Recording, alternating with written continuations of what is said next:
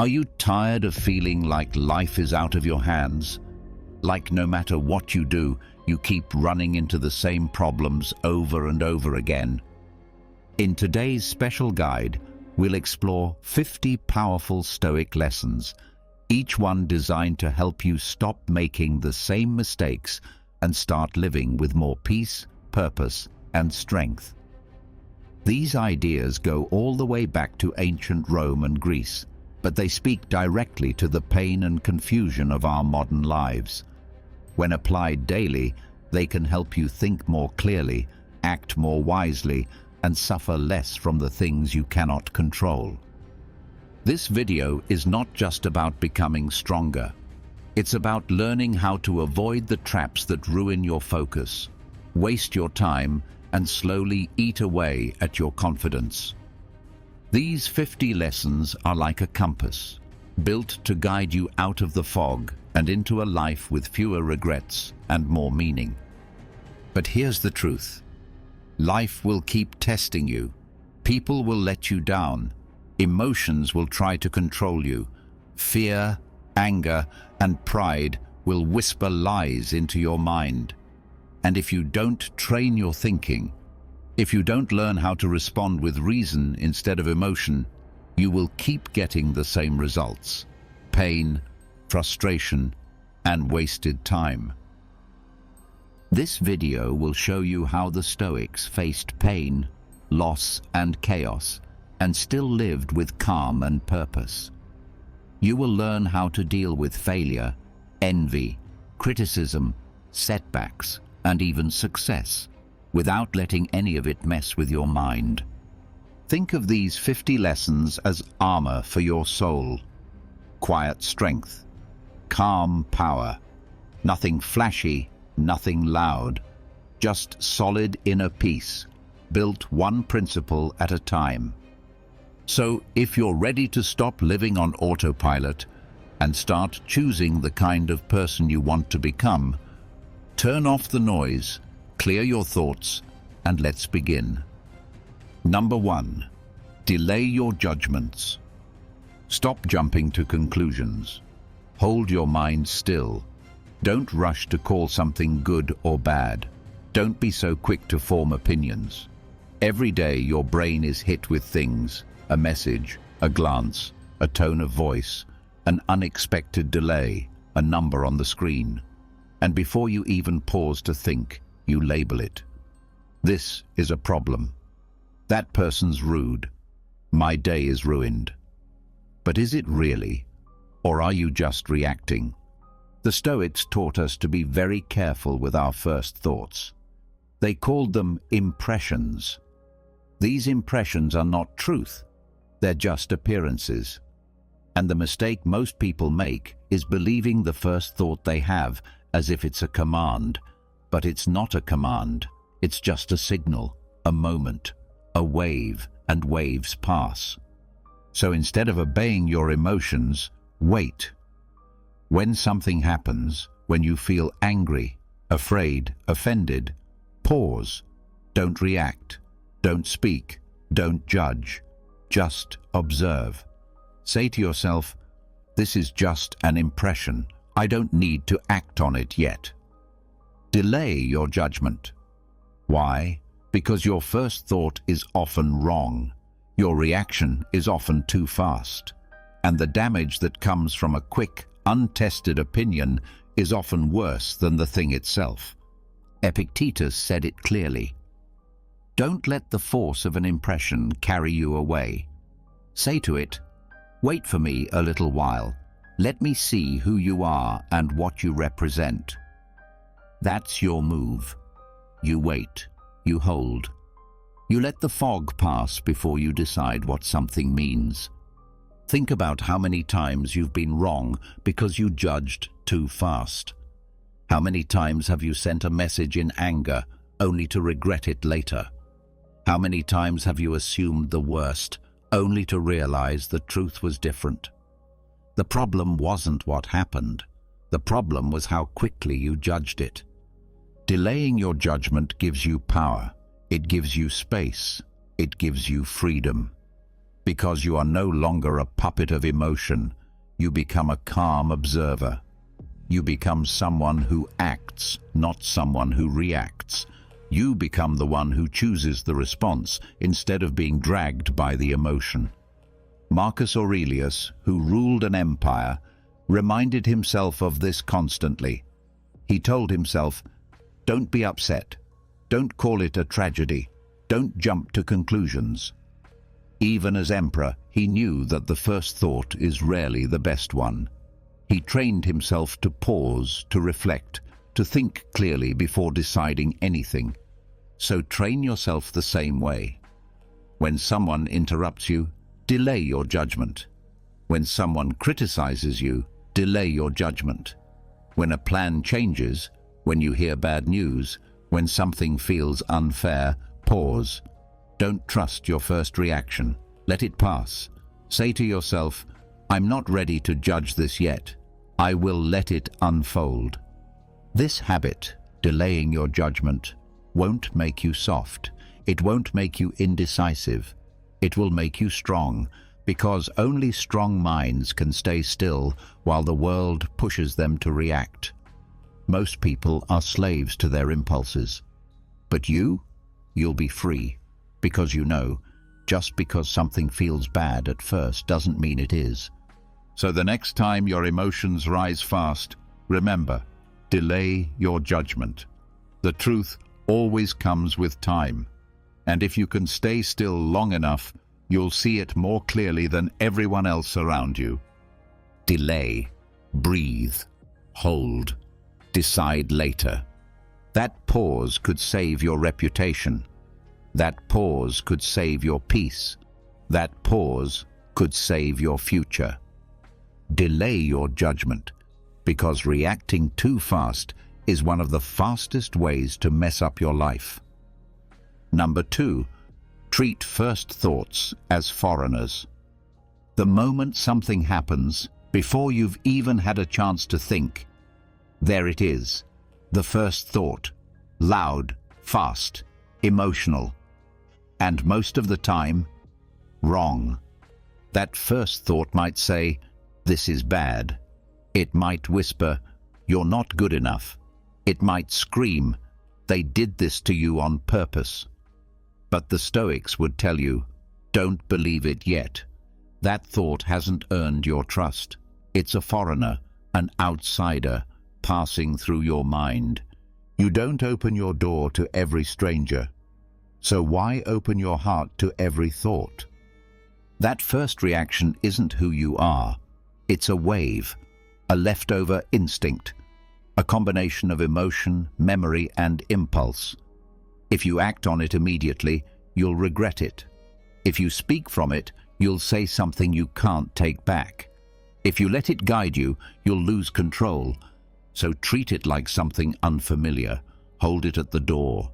Ask it questions. Test it. Where did you come from? Are you fear? Are you pride? Are you leftover pain pretending to be truth? Epictetus told his students not to obey first impressions. He said, "Say to every harsh thought, 'Wait, let me see what you are.'" That 1-second pause, that space between thought and action, is where your power lives. Think about how many mistakes you've made because you trusted the first thought.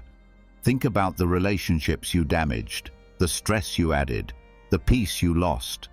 Not because of what happened, but because of how you interpreted what happened. Your mind raced ahead. It painted the worst picture, and you believed it. So stop. Let the thought knock. But don't open the door right away. You're in control here. You choose which thoughts get to stay. When someone criticizes you, your first thought might be to defend yourself. Pause. When someone ignores your message, your first thought might be to take it personally. Pause. When a plan falls apart, your first thought might be to panic. Pause. Most of these thoughts are just emotional static. They don't carry truth. They carry reaction. And reaction is not wisdom. The Stoics, didn't trust thoughts just because they were loud. They trusted reason.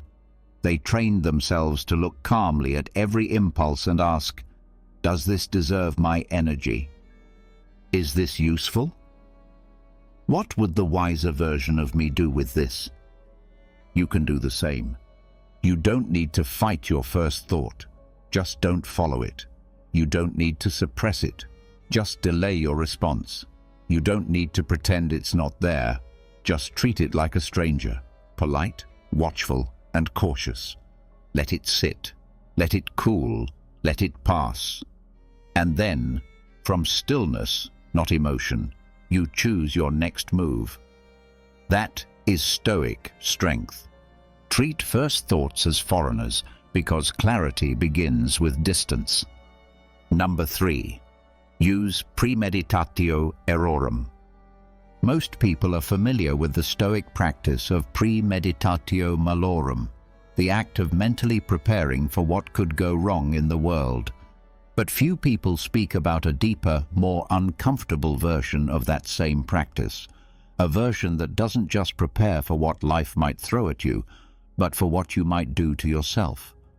This is premeditatio errorum, the premeditation of your own errors. And make no mistake, this is where most damage happens, not from the outside, but from within. It's not just what happens to you that ruins your peace. It's the way you speak too soon, the way you judge too fast, the way you avoid responsibility, the way you repeat the same habits you promised to outgrow. These aren't accidents, they're patterns, and the only way to break them is to see them before they show up. So start each day with this question: how am I likely to mess up today? Yes. Ask it directly. Not to be negative, not to beat yourself up, but to be clear, to be prepared, to be honest. That's what the Stoics valued above all: reality, no matter how uncomfortable it is. Will you procrastinate when the task gets boring? Will you snap at someone because you're tired? Will you lie, even slightly, to avoid embarrassment? Will you chase approval instead of doing what's right? You already know your weak points. You've seen them before. You've lived through their consequences. And yet, when they come back, when they repeat, you act surprised. You say, I didn't mean to. But the truth is, you didn't prepare. That's what this practice is about. Not perfection. Preparation. Marcus Aurelius didn't just prepare for bad weather or difficult people. He also trained himself to face his own thoughts, his own distractions, his own ego. He reminded himself that he, too, was capable of failing. Not because he was weak, but because he was human. And humans fall, especially when they're arrogant enough to believe they won't. So tomorrow morning, before you check your phone, before the day begins to spin, take 5 quiet minutes, sit with yourself, and speak the truth. Say, today I might feel lazy when I should take action. I might seek comfort instead of growth. I might say yes to something I should decline. I might rush into judgment. I might react emotionally. I might forget my values. Name them, all of them, one by one. And then ask yourself, how will I meet these errors when they come? Because that's what matters. Not the error, but your awareness of it. Not whether you fall, but whether you saw the fall coming and tried to brace for it.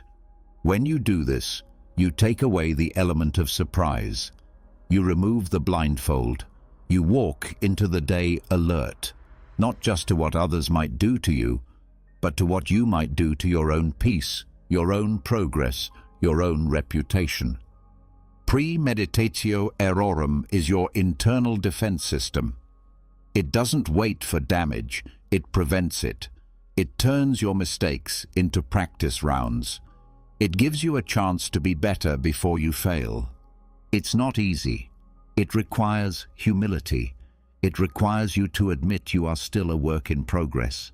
But so was every Stoic. So is every person who's truly growing. So don't just prepare for the world's chaos, prepare for your own. Plan for the traps your mind will set. Anticipate the urges, the shortcuts, the old habits trying to return. Write them down, sit with them, study them like an opponent, because in many ways they are. Use premeditatio errorum, because the most dangerous mistake is the one you didn't see coming from yourself. Number 4. Talk to your desires in the third person. When a desire rises inside you, pause, step back. Don't become it. Don't let it speak for you. Don't say, I want this. Instead say, he wants this. She's craving that. It wants to be fed. Why? Because this small shift creates distance, and distance is power. The Stoics knew that when desire gets too close, it becomes invisible. It slips into your voice. It feels like your identity. And once it becomes part of you, it becomes harder to question. That's why they practiced separation.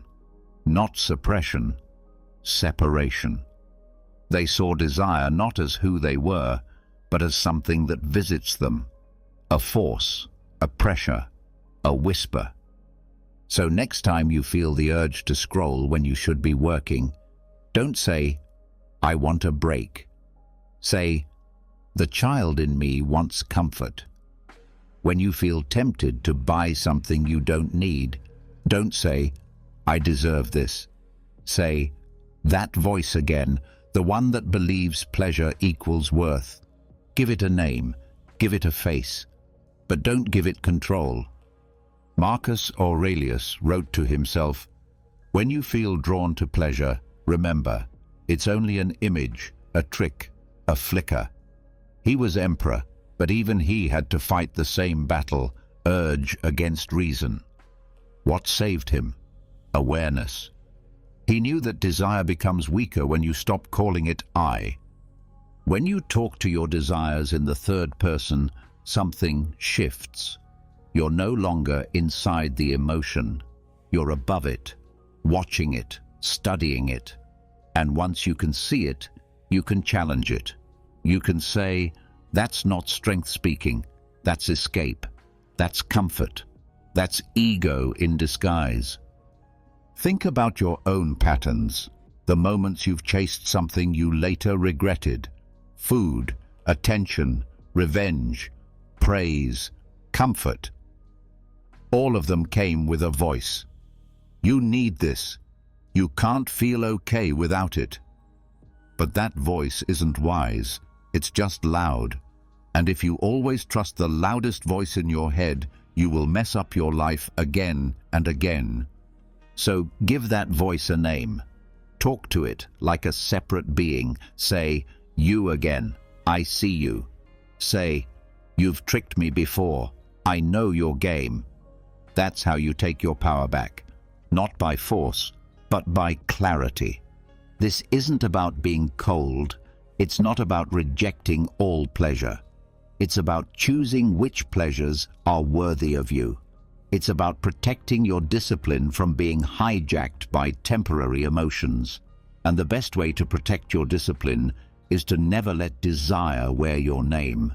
You are not every craving you feel. You are not every impulse that flickers through your mind. You are the watcher. You are the judge. And you get to decide who speaks for you. So tomorrow, when temptation rises, and it will, don't argue with it as if it's you. Talk to it, name it, outsmart it, keep it at arm's length. Desire will always try to make its voice feel urgent. It will say, now, just this once, what's the harm? But you will respond calmly, clearly, from the outside. He wants comfort. She's tired. The weaker part wants relief. But I want to remain free.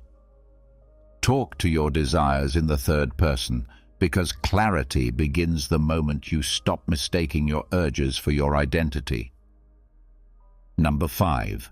Silence internal applause. Be honest. How many times have you done something good, something disciplined, something brave, and immediately looked around in your mind for applause? You didn't say it out loud, but it was there. Look at me. I handled that well. I resisted. I stayed calm. I did the right thing. That quiet little pat on the back, that inner standing ovation, that warm feeling of superiority, and that is the beginning of your undoing. The Stoics knew that true strength is silent. It doesn't need noise. It doesn't crave reward. It doesn't perform. It acts. And then it moves on. It doesn't sit there in its own glory. It doesn't rehearse the moment over and over again in its head, polishing it like a trophy. That's ego. That's vanity. That's weakness in disguise. Epictetus warned about this. He said, "Don't congratulate yourself. Don't admire yourself. Do what must be done and be done with it." Because the moment you start applauding yourself in your mind, you've turned the act into a performance. You've made it about recognition. Even if no one else sees it, you do. And once you start needing that internal praise, it becomes a drug. You'll start acting just to earn it. You'll choose actions not because they're right, but because they feed your image of yourself. This is dangerous, because now you're no longer disciplined. You're addicted to feeling noble. You're not humble. You're just quietly proud of your humility. You've replaced the desire to impress others with the desire to impress yourself. And that's not Stoic. That's ego wrapped in silence. So what's the fix? You silence it. You do the right thing, and you walk away from it mentally. You don't look back. You don't pause to admire yourself. You don't tell yourself how strong you are, how wise you were, how much better you handled it than others would have. You simply move on. One step, then the next. You faced anger and didn't react. Good. Now focus on the next challenge. You stayed disciplined when no one was watching. Good. Don't replay it like a highlight reel. Let it fade. You helped someone without being thanked. Perfect. Let it go. That's Stoic virtue. Doing the work without needing internal credit. Marcus Aurelius, Emperor of Rome, had to remind himself of this constantly. He wrote, "Don't waste time talking about what a good man is. Just be one. Don't waste time thinking about it either. Just do it, live it, then move forward." The moment you start clapping for yourself inside, pause, breathe, say, "That's not me. That's my ego looking for a reason to feel superior." Let that applause die. Let the moment be enough. Let your actions speak louder than your thoughts. Because the truth is this: real growth happens when no one knows about it, not even you. The highest form of strength is quiet. It doesn't need to be noticed. It doesn't even need to be remembered. It just is. So train your mind to stop keeping score. Don't be the hero in your own story. Be the one who acts without needing to be seen, not by others, not even by yourself. Silence internal applause. Because the moment you start cheering for yourself, you've stopped listening to what still needs to be done. Number 6. Study the opposite emotion. When you're angry, don't study anger. Study patience.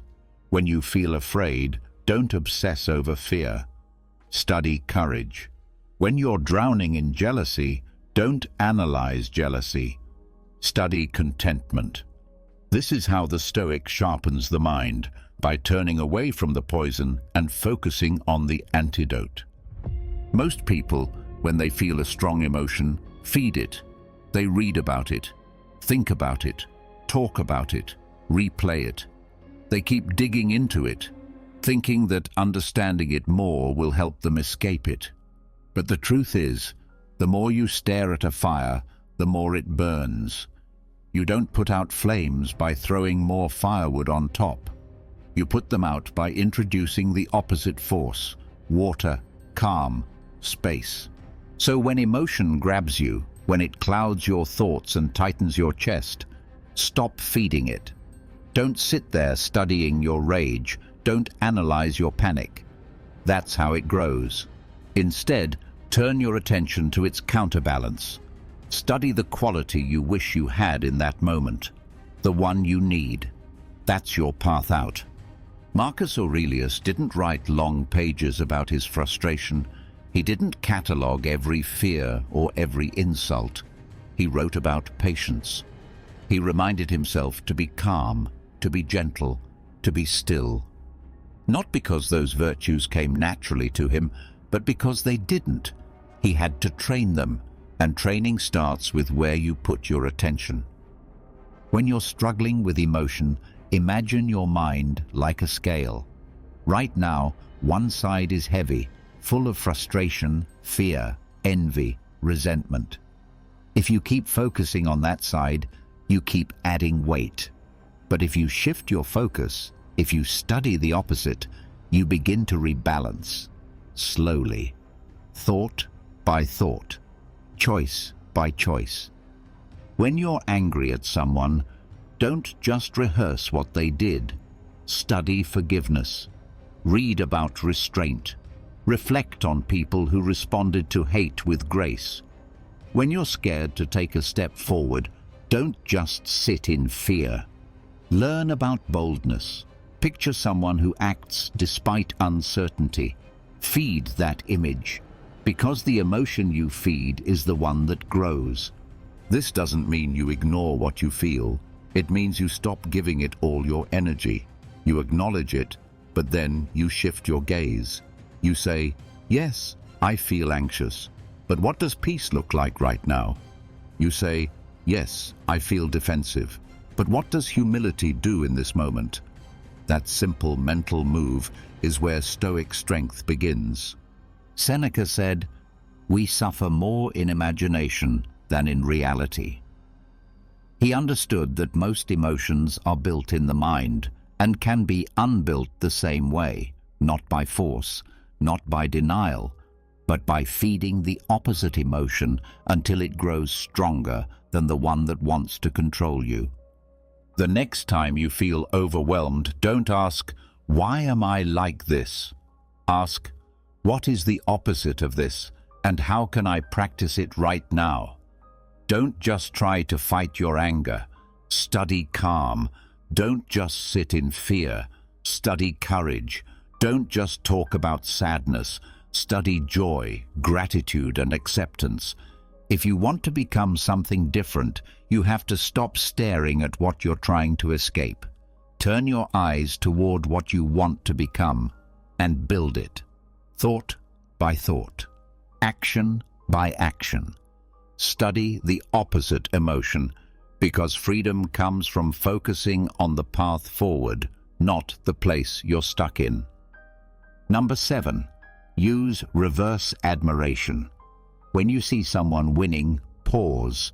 When you see someone shining, praised, adored, celebrated, pause. Your first instinct might be admiration, maybe even envy. You might say, "They've made it. I wish I had what they have. I want their success, their freedom, their confidence." But the Stoic doesn't admire on autopilot. The Stoic asks deeper questions. So here's what you do. Reverse it. Flip admiration on its head. Don't just look at what they have. Look at what it costs. Don't admire their outcome. Examine their process. Don't get hypnotized by the spotlight. Study the shadows behind it. Yes, they're successful, but what did they sacrifice? Yes, they're wealthy, but what did they trade in return? Yes, they're admired, but are they free? When you admire without thinking, you risk chasing a life that isn't even right for you. You copy goals that don't match your values. You worship masks. You become lost in someone else's image. The Stoics knew that surface-level success often hides deep unrest. that fame often comes chained to anxiety, that wealth can carry fear, not freedom, and that praise can be a prison if you're not careful. So before you say, "I want what they have," ask, "Do I want their schedule? Do I want their obligations? Do I want their worries, their compromises, their nights awake with stress?" If the answer is no, then what exactly are you admiring? Seneca wrote, "Many admire those who are climbing the ladder, not realizing how slippery it becomes the higher you go."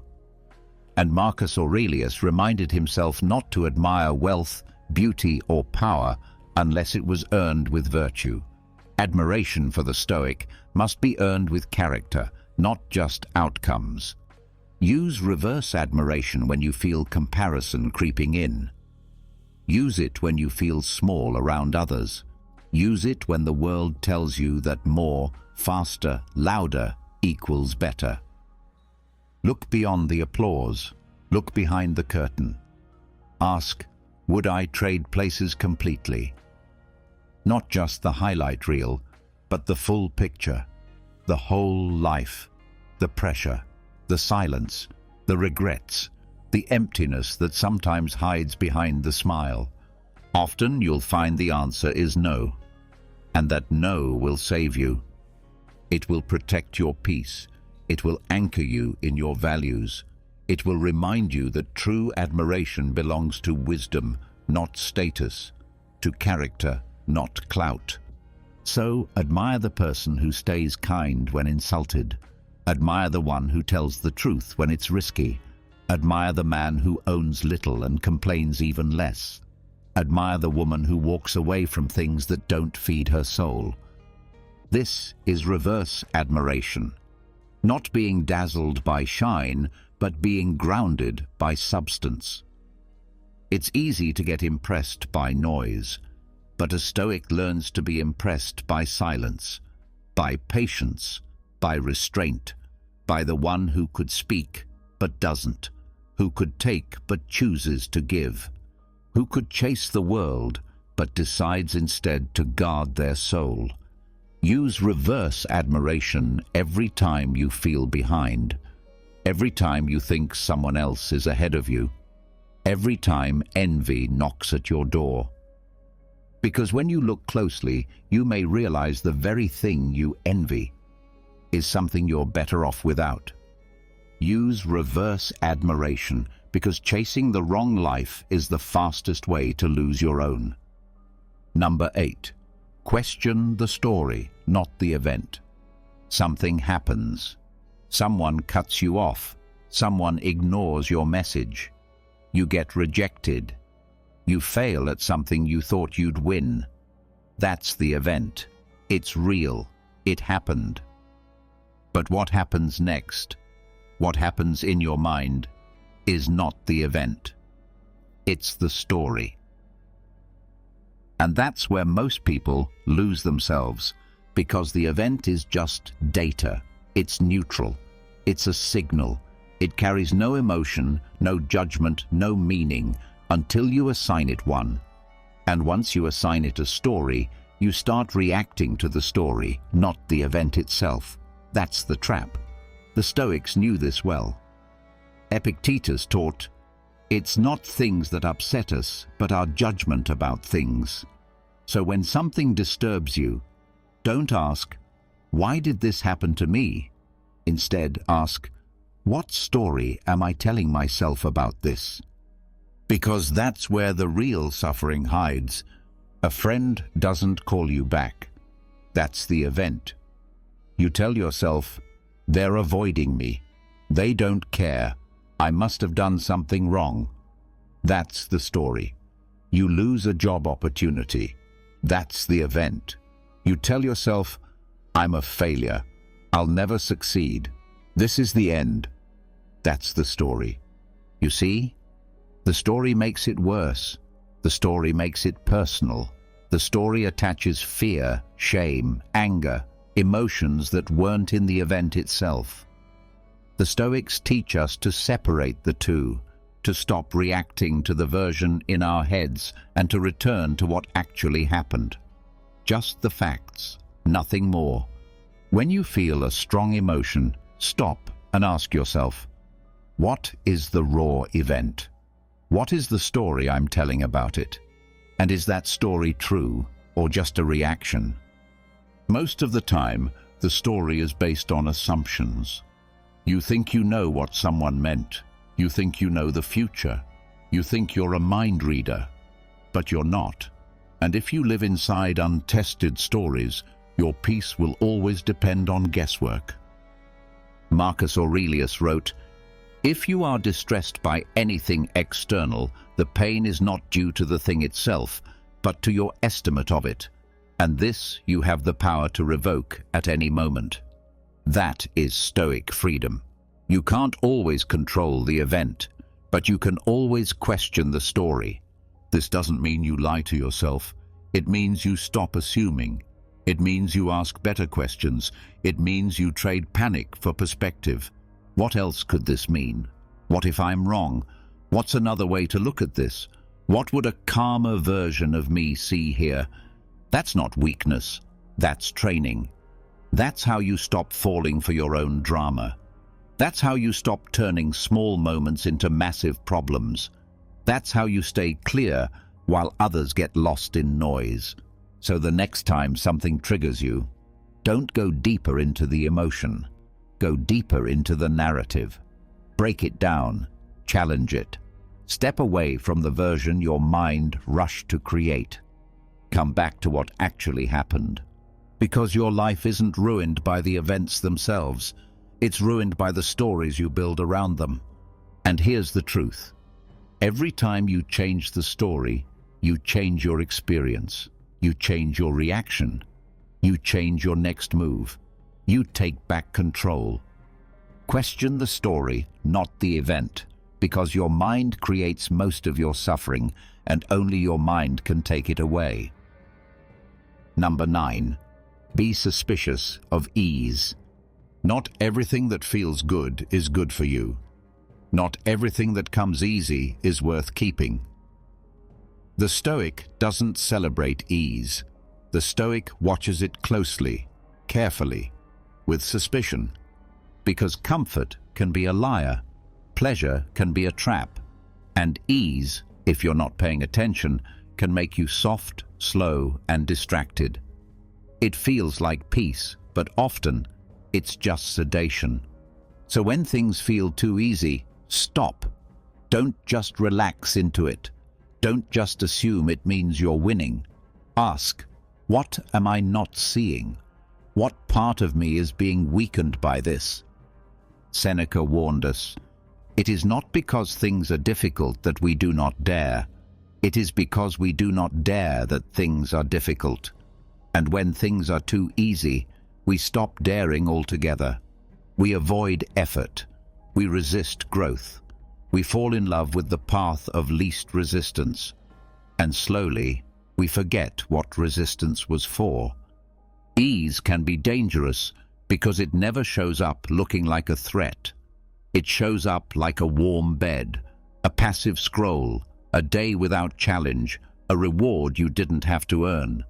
And if you're not careful, it becomes your standard. You expect things to be easy. And when life pushes back, as it always will, you fall apart.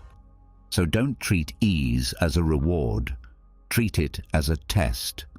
Ask, am I getting stronger or just more comfortable? Is this stillness or just stagnation? Is this peace or am I just numbing myself? The Stoic doesn't fear discomfort. The Stoic uses it as a sharpening stone because resistance builds clarity. Struggle builds character. Challenge exposes weakness so it can be made strong. But ease hides your flaws. It lets your discipline rust quietly. It flatters your ego while draining your edge. You sleep in longer. You let small things slide. You skip the hard conversation. You say, "I deserve this," when deep down you know you haven't earned it. That's the hidden danger of ease. It convinces you to slow down before the work is done. It tells you you're safe when you're actually falling asleep at the wheel. Marcus Aurelius reminded himself, don't be overheard complaining, not even to yourself. But he also meant, don't get drunk on comfort. Don't waste strength trying to protect ease. Instead, seek the hard thing. Pick the harder path when you can. Do the uncomfortable task first. Keep your edge sharp, even when the world gives you permission to let it dull. Ease isn't the enemy, but your relationship to it can be. So enjoy rest, but earn it. Enjoy peace, but guard it. Accept comfort, but don't depend on it. When life gets easier, don't just celebrate, calibrate. Check your posture. Check your effort. Ask, am I still disciplined, or have I gone soft? Because the truth is this: a life built on ease collapses in crisis. A mind trained in comfort breaks when challenged. But a soul shaped by difficulty, that soul is unshakable. Be suspicious of ease, because what feels good in the moment may quietly be stealing who you're meant to become. Number 10. View comfort as a lure, not a prize. Most people spend their lives chasing comfort. A soft bed, a predictable routine, a steady paycheck, a place where nothing hard is required and everything feels safe. But the Stoic doesn't chase comfort. The Stoic watches it like bait, because that's what it is. Comfort isn't the goal, it's the trap. It looks good, it feels good, but it softens you, it slows you down, and slowly it steals your edge. What starts as rest becomes routine. What starts as relief becomes dependence. And what starts as a reward becomes your reason to avoid growth. You weren't built to sit still. You weren't born for ease. And when you treat comfort like the destination, you forget the purpose of the path. That's when life starts to shrink. Not because the world got smaller, but because you did. Epictetus warned against this. He said, "It is difficulties that show what men are." Why? Because hardship reveals your strength, and comfort hides your weakness. When everything is easy, your mind gets soft, your habits fall apart. Your discipline fades into laziness dressed up as self-care. So the Stoic flips the view. Comfort isn't success, it's a signal to be alert. When things get too smooth, ask yourself, am I growing or just relaxing? Am I improving or am I escaping? Am I stronger than I was yesterday or just more comfortable? Because comfort has a way of pretending to be peace. It says, stay here, don't push today, you've earned it. But peace comes from strength, not surrender. And comfort, when chased too often, becomes a slow, gentle surrender. To weakness, to apathy, to fear of effort. Marcus Aurelius was the emperor of Rome. He had luxury, servants, access to everything. And yet, in his writings, he reminded himself constantly to avoid excess, to resist softness, to keep his body and mind trained like a soldier's. Because he knew what most people forget. The more comfort you collect, the less prepared you are for discomfort. And life, real life, is filled with discomfort. That's why the Stoic chooses voluntary discomfort. Cold showers, long walks, early mornings, silence, restraint. These aren't punishments, they're reminders. A way to stay sharp. A way to remind the body who's in charge. A way to remind the mind what it means to endure. You can enjoy comfort, you can rest, but you must never worship it. The moment comfort becomes your reason to avoid difficulty is the moment it begins to control you, and the Stoic never allows that. So change the way you see it. Don't treat comfort as the goal. Treat it as the test. Can you enjoy it without becoming addicted? Can you rest without losing your momentum? Can you use it without needing it? Because when comfort owns you, challenge destroys you.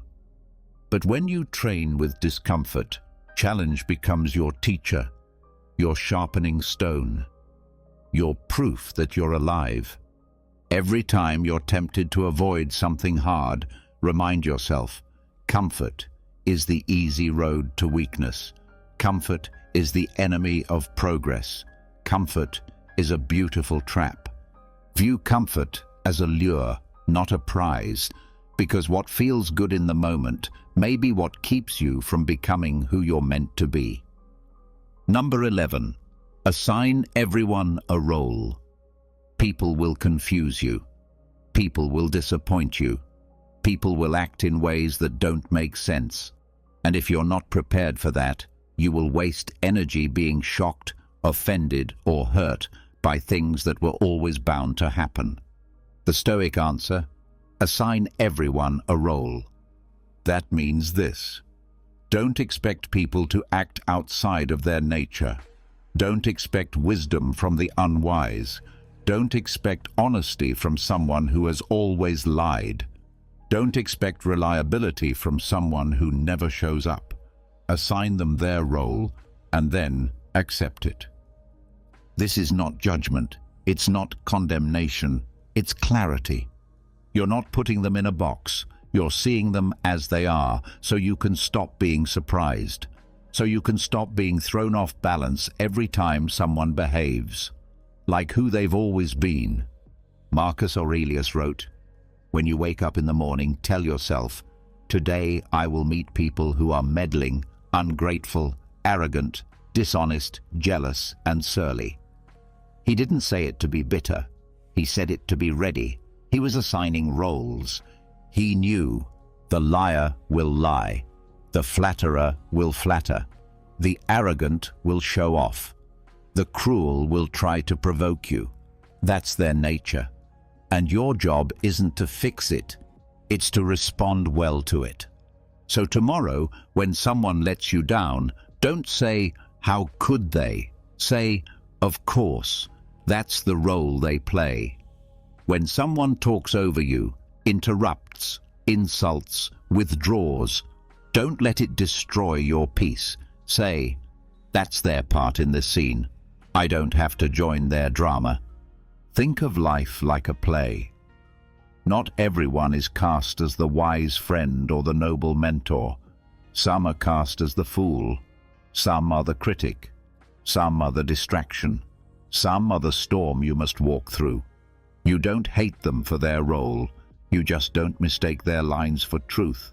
You see them, you acknowledge them, and then you stay in your role, because that's the point. The more clearly you see others, the easier it becomes to remain who you are. You don't chase validation from the one who never gives it. You don't open your soul to someone who always misuses it.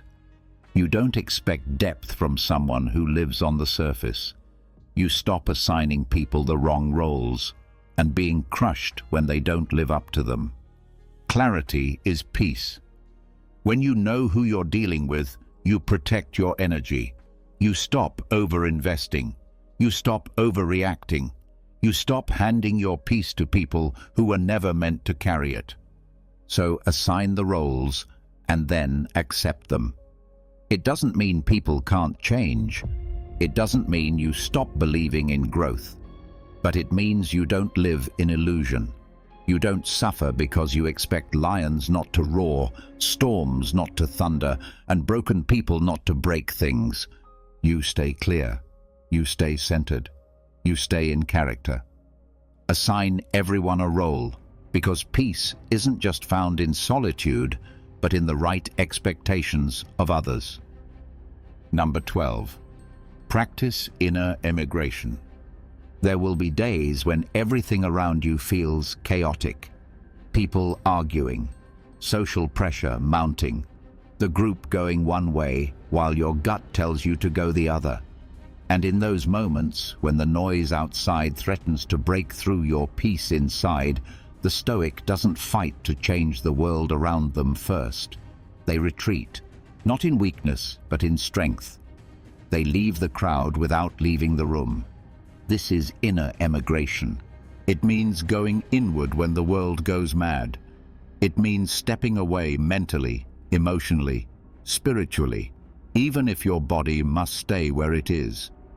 You could be in a meeting full of egos, at a table filled with gossip, walking through a world that doesn't share your values, and still stay untouched, still stay clean, still stay grounded, because your mind has left the place, even if your body hasn't.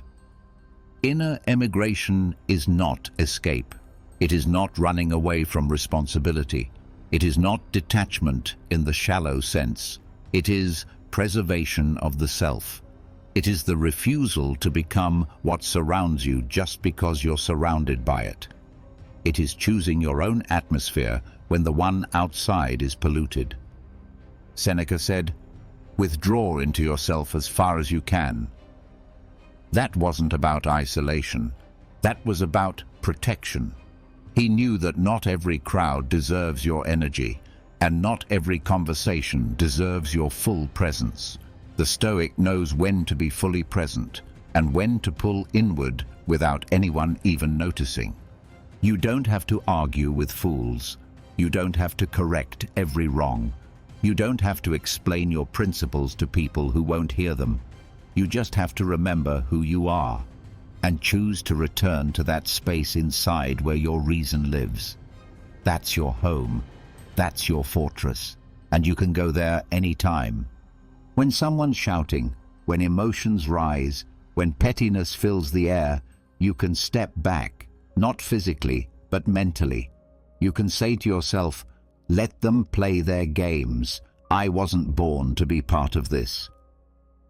And in that moment, you take your power back, not by fighting, but by not becoming what you observe. Marcus Aurelius wrote to himself, "The tranquility that comes when you stop caring what they say or do or think, only what you do." That is inner emigration. Not caring doesn't mean you're cold. It means you're clear. It means you refuse to hand over your peace every time someone else forgets their own. It is one of the rarest skills, to stay in the fire and not be burned, to walk through noise and remain quiet, to disagree silently, to see clearly, to retreat inward, not out of fear, but out of discipline. Try this today. When the environment becomes messy, when gossip starts, when groupthink takes over, don't try to shout louder. Don't try to force silence. Just leave. Internally. Pull back into yourself. Breathe. Anchor to your values. Let the storm pass while you remain still. You can't always change your environment, but you can refuse to let your environment change you. That's what the Stoic does. They carry peace with them. They don't wait for silence. They create it inside themselves. Practice inner emigration, because peace isn't a place you find. It's a place you build, and you take it with you everywhere. Number 13. Take offense as a training tool. You felt it, didn't you? That sting in your chest, that sudden heat in your face. Someone said something, did something, ignored you, mocked you, looked past you, and instantly, offense. You want to react. You want to speak back. You want to prove a point. You want to protect your pride. But pause. Right here, right now. Don't waste this moment, because offense is not just a wound. It's a mirror. It's a test. It's a training tool. And if you use it wisely, it becomes one of your greatest teachers. The Stoics didn't see offense the way most people do. They didn't see it as something to avoid or hide from. They saw it as something to use, to train with, to build resilience, patience, control. Marcus Aurelius reminded himself, "The best revenge is to be unlike him who performed the injury." That means you don't become the insult. You don't reflect the ignorance. You don't carry their bitterness like a virus. You stay calm, clear, controlled. And the moment you feel offended, that's the moment to practice. That's your cue. That's the signal. This is where I grow. Someone cuts you off in traffic. You can erupt or you can observe. Someone mocks your ideas. You can snap back or you can stay rooted. Someone ignores your effort. You can crumble or you can hold your own value. The feeling of offense is real. Don't deny it. Don't pretend you're above it. Just don't obey it. Don't follow it. Don't let it speak for you. Because here's the truth. What offends you controls you. What triggers you owns you. And the more things offend you, the smaller your world becomes. The thinner your skin gets. The weaker your peace becomes. But if you can take offense, feel it, recognize it, and not react to it, you become something rare, a person in control of themselves. Not controlled by others, not controlled by emotion, not controlled by ego, but clear, strong, and grounded.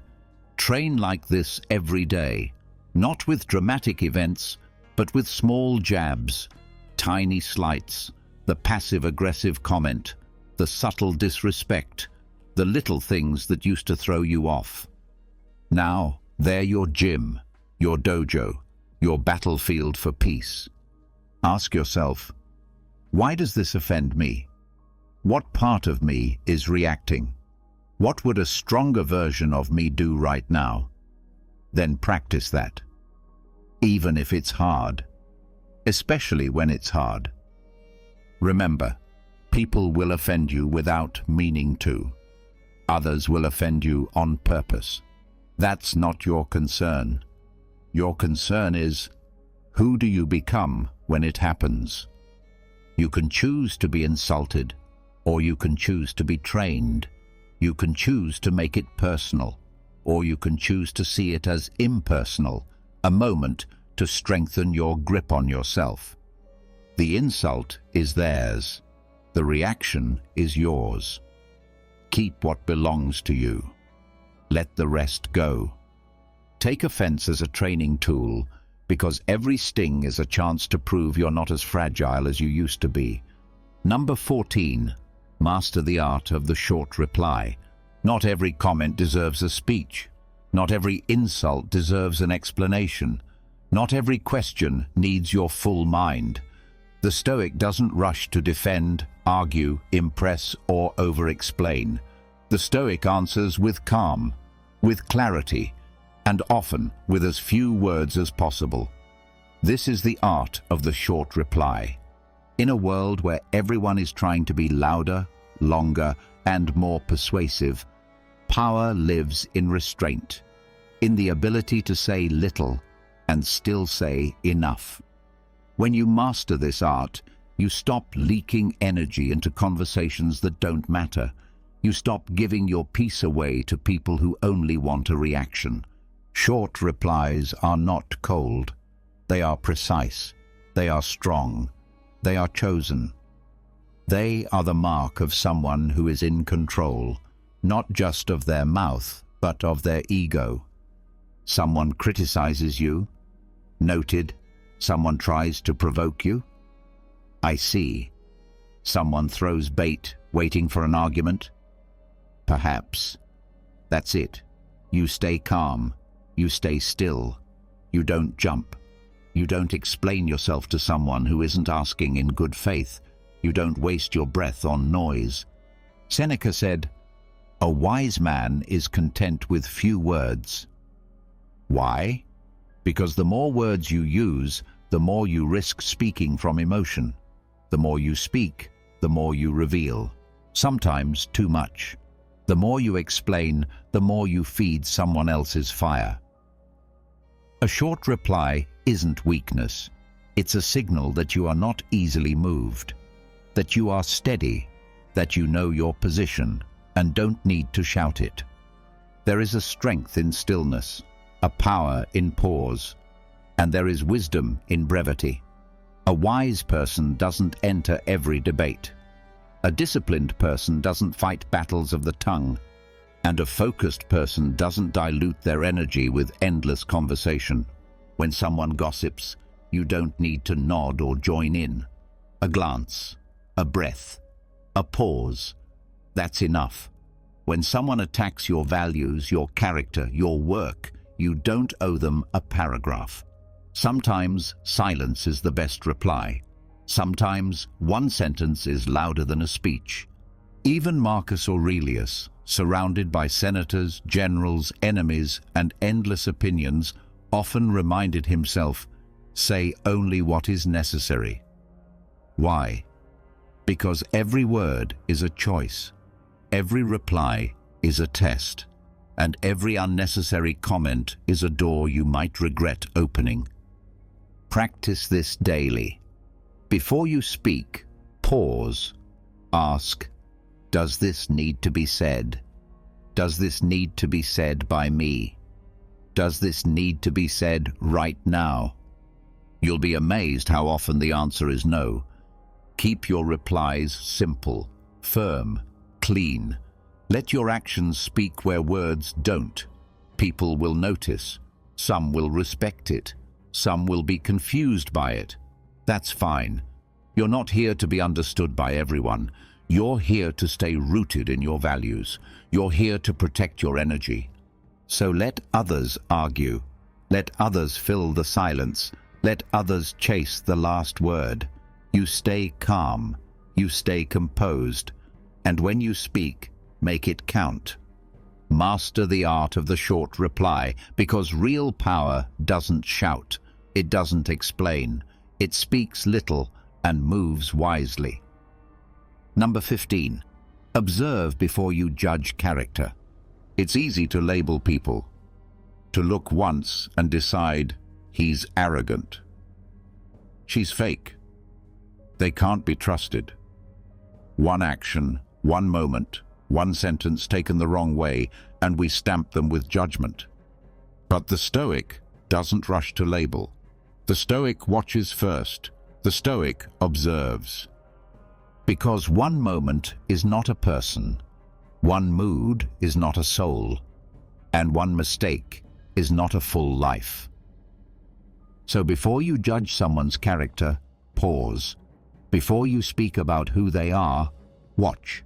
Before you build a story around their behavior, give it time. Marcus Aurelius reminded himself, you must not give up on people. You must not judge them too quickly. He led an empire filled with liars, flatterers, and manipulators, and yet he practiced patience. Why? Because quick judgment is often based on emotion, not truth. It makes us blind, not wise. The Stoic looks deeper. The Stoic sees the full pattern, not just the moment. You saw someone get angry once. That doesn't make them cruel. You heard someone brag. That doesn't make them hollow. You felt someone pull away. That doesn't mean they don't care. You don't know what they're carrying. You don't know the storm they're walking through. You don't know what they've survived. And more importantly, you don't know them well enough to carve a judgment into stone. So hold your conclusions. Observe. Give them space to reveal who they are through consistency, not one impression. Give them room to grow. Give them the grace you hope others would give you. Because how many times have you been misunderstood? How many times have you had a bad day and been judged for it? How many times have you made one poor choice and been defined by it? That pain, the pain of being reduced to a moment, is the same pain you cause when you judge someone too quickly. And worse, when you label people, you stop learning about them. You stop seeing them. You interact with your idea of them, not the real human in front of you. This doesn't mean you ignore patterns. It doesn't mean you tolerate harm. But it means you gather evidence before making conclusions. You observe before you judge. Ask yourself, do I know their story? Have I seen them in multiple settings? Have I watched how they treat others when they have nothing to gain? That's how character is revealed, not in public performances, but in quiet patterns. So next time you feel the urge to label someone quickly, pause. Let time do the heavy lifting. Let actions speak louder than moments. And even when you're sure, stay open. People evolve. People regress. People reveal things slowly. Observe before you judge character, because wisdom waits and pride rushes. Wait, watch, then decide. And even then, stay humble. You could still be wrong. Number 16. Don't expect the unwise to act wise. It sounds obvious, doesn't it? But think about how often you fall into this trap. Someone lies to you and you're shocked. Someone gossips and you're disappointed. Someone acts selfish, rude, loud, arrogant, and you're offended. But why? Did you really expect them to act any different? Did you expect wisdom from someone who hasn't earned it? The Stoics remind us again and again, you suffer more from your expectations than from reality. When someone shows you who they are, and they've shown you before, it's not wise to act surprised. It's foolish to demand reason from someone who doesn't live by reason.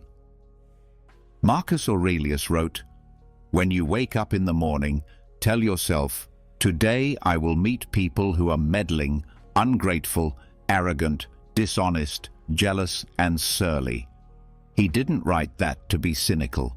He wrote it to protect himself, to walk into the day prepared, not offended, alert, not bitter, free, not reactive. Because once you expect people to be who they are, not who you wish they were, you stop handing them control over your emotions. You stop giving them the power to disappoint you. Don't expect a storm not to be wet. Don't expect fire not to burn. Don't expect the untrained mind to make wise choices.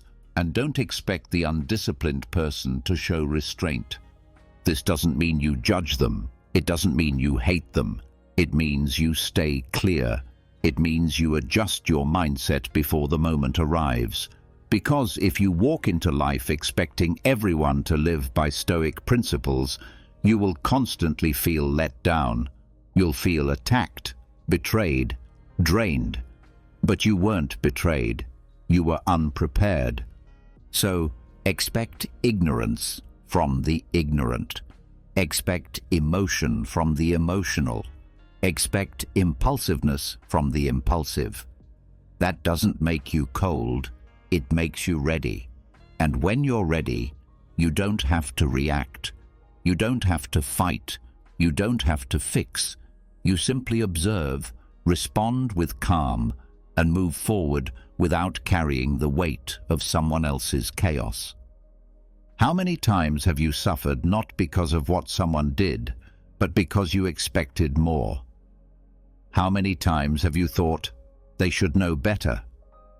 But what if they don't? What if they can't? What if they haven't done the work you've done?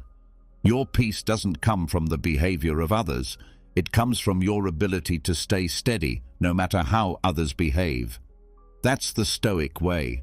You don't need the world to be wise. You just need you to be. So next time someone interrupts, lashes out, lies, brags, complains, or acts like they always do, don't get pulled in. Don't say, "How could they?" Say, "Of course." Say, "This is what I prepared for." Say, "This is nothing new." And then ask yourself, what does a wise person do when faced with unwise behavior? They don't mimic it.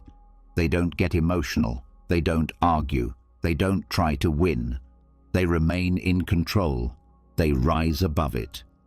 They protect their energy. Don't expect the unwise to act wise, because when you do, you're not being wise either. Number 17. Mentally fire people before they fail you. Let's be honest. Most of your disappointment comes from expecting too much. You give someone a title they haven't earned. You assign them loyalty they haven't proven. You believe they'll come through, speak up, stay consistent, be there. And when they don't, you feel betrayed. But that pain, it started with your assumption. The Stoics warned about this again and again. Don't expect the untested to be dependable. Don't pretend people are more than they've shown you. That's not kindness. That's self-deception. And when reality hits, you're the one who pays for it. So what do? You mentally fire people before they fail you. This doesn't mean you walk around cold and cynical. It doesn't mean you stop loving or that you isolate yourself. It means you train your mind to expect people to be exactly who they are. Not who you hope they'll be, not who they promise to be, but who they consistently show you they are. If someone's always late, don't expect them to be early tomorrow. If someone avoids hard conversations, don't expect them to be honest when it matters most. If someone only shows up when it benefits them, don't count on them when things get hard. Mentally fire them from roles they've never held. Stop assigning people jobs they've never applied for. Stop making emotional hires. Stop promoting people in your life out of hope. Marcus Aurelius reminded himself daily, people will be selfish, rude, ungrateful. But none of that has to stop me from doing what's right. He knew people would disappoint him, but he didn't let it destroy his peace, because he already accounted for it. He prepared his expectations. You can still love people. You can still care. But don't give them your peace. Don't give them your trust on credit. Make them earn it with patterns, not potential. And when they fail you, because some will, you won't collapse. You won't break down in disbelief. You'll say, I saw this coming. I planned for this. My peace isn't built on their consistency. That's strength. That's stoic. That's emotional protection, not emotional isolation. Mentally firing someone doesn't mean cutting them off. It means releasing the fantasy of who you wanted them to be. It means no longer handing your emotional well-being to unreliable people. It means building expectations on stone, not sand. You owe it to yourself to be clear-eyed, to stop handing over loyalty out of loneliness, to stop assigning titles like best friend, ride or die, my person, to people who've never passed even the smallest test of trust. And this applies everywhere, at work, in relationships, in friendships, in family. Don't ask people to hold emotional weight they can't carry. It's not fair to you. It's not fair to them. When you mentally fire someone, you also free yourself. You stop begging for consistency. You stop chasing clarity. You stop resenting people for not being someone they never were. From that place, you become more powerful, more peaceful, more detached, not in a cold way, but in a clean way. You know who's who. You stop over-giving. You stop over-hoping. You start moving wisely. Mentally fire people before they fail you, because disappointment is often just expectation wearing blindfolds. Number 18. Speak less than you know. In a world obsessed with being heard, the Stoic trains in silence. In a culture that rewards the loudest voice, the Stoic masters restraint. Not because they lack knowledge, but because they understand its value. They know that what is truly powerful doesn't need to be broadcast. It needs to be guarded. So they speak less than they know. Not because they're hiding, not because they're unsure, but because they've learned. Speaking too much exposes you. It drains you. It opens the door to misunderstanding, to pride, to weakness. The wise person doesn't speak to show off. The wise person speaks only when it improves the moment, and even then, they leave more unsaid than said. Seneca wrote, "It is a great thing to know the season for speech and the season for silence." He understood that knowledge is not just about what you say, it's about when, how, and if you say it at all. There is a kind of quiet strength in those who don't always need to give their opinion, a kind of calm intelligence in those who hold back when others rush forward with words. Why speak less than you know? Because it sharpens your presence.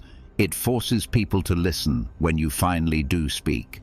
Because your words haven't been spent on everything, they've been saved for what matters. In silence, your words build weight. And when you don't speak everything you know, you protect your power. You don't reveal your full hand. You don't give others the chance to twist your meaning. You move in clarity while others drown in noise. Look around.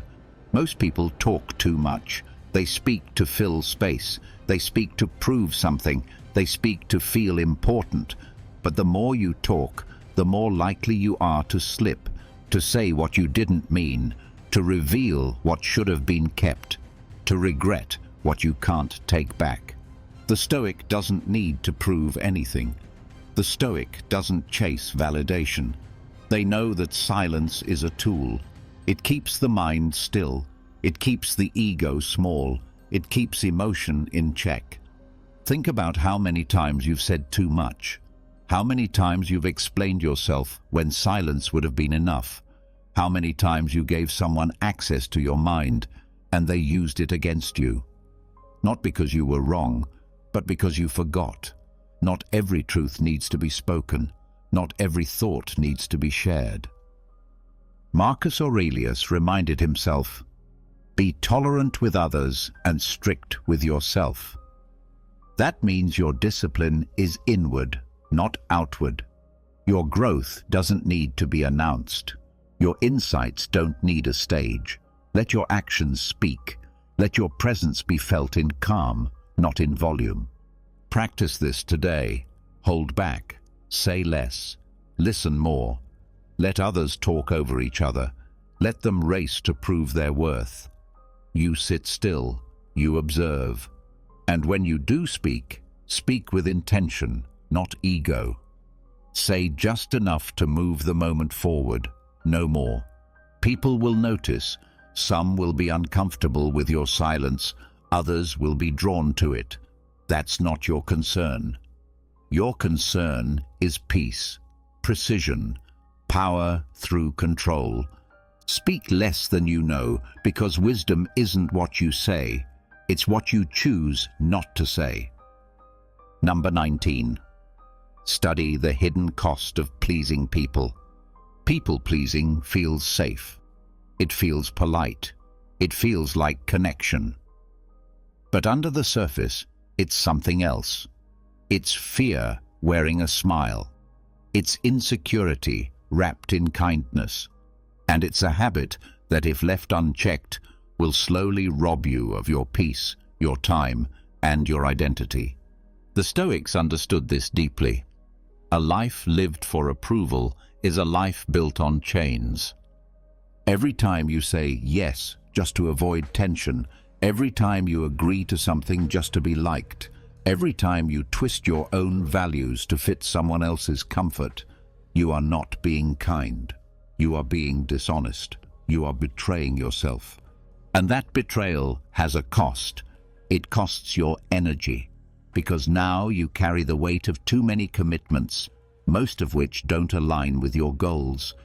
It costs your clarity, because your decisions start coming from a desire to be accepted, not from what's right. It costs your authenticity, because slowly you forget what your real voice sounds like. You lose touch with what you want, think, and believe. It even costs your relationships, because pleasing people builds relationships on illusion, on performance, and when you stop performing, those connections crack. They were never real to begin with. They were rented with your compliance. Seneca wrote, "If you live according to the opinion of others, you are lost." He didn't mean you should be rude, cold, or rebellious just for the sake of it. He meant you should anchor yourself in principle, not approval. Ask yourself honestly, how many times have you agreed with someone just to avoid conflict? How many times have you helped someone not because you wanted to, but because you feared what they'd think if you didn't? How many times have you laughed, nodded, stayed silent, said, "Sure," and regretted it immediately? The cost adds up, day by day, choice by choice. And suddenly, you find yourself exhausted, resentful, and disconnected from the person you were meant to be. So start studying the hidden cost of pleasing people. Write it down. Track it. Notice the tension you carry after saying yes when you meant no. Notice the mental weight of trying to be everything to everyone. Notice how fake smiles steal your energy, how approval drains your strength, how keeping others comfortable often makes you miserable. The Stoic doesn't live to please. The Stoic lives to serve truth. That might upset some people. That might make you less popular. That might shrink your circle. But what remains will be real. Speak clearly, not to offend, but to honor yourself. Say no when it's needed. Say yes when it's true. Let people be uncomfortable with your boundaries. They'll adjust or they won't. That's not your burden. You are not responsible for everyone else's peace. You are responsible for your own integrity. So the next time you feel the pull to please, to bend, to fake, to perform, pause. Ask yourself, what will this cost me? If the price is your truth, it's too expensive. Study the hidden cost of pleasing people, because what looks like kindness on the outside may be self-erasure on the inside. Number 20, give silent rebukes. You don't need to shout to show strength. You don't need to argue to make a point. You don't need to correct someone out loud for them to know you disapprove. A look, a pause, a quiet refusal. These can speak louder than any speech. This is the Stoic's way. Give silent rebukes. The world loves drama.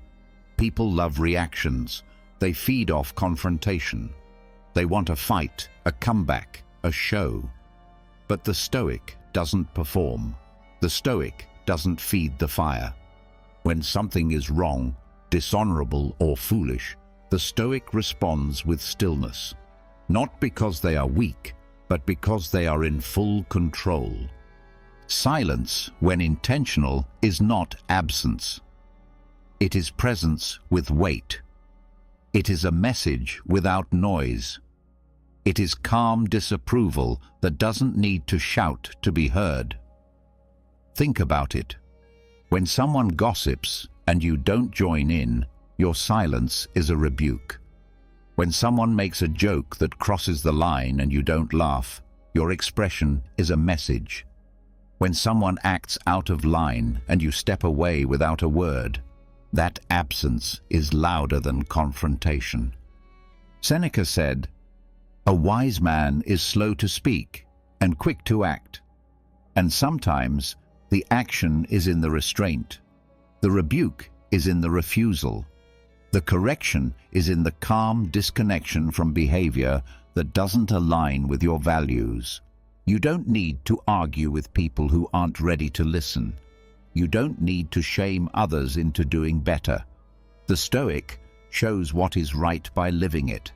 And when something is wrong, the Stoic rejects it not by force, but by presence, or the withdrawal of presence.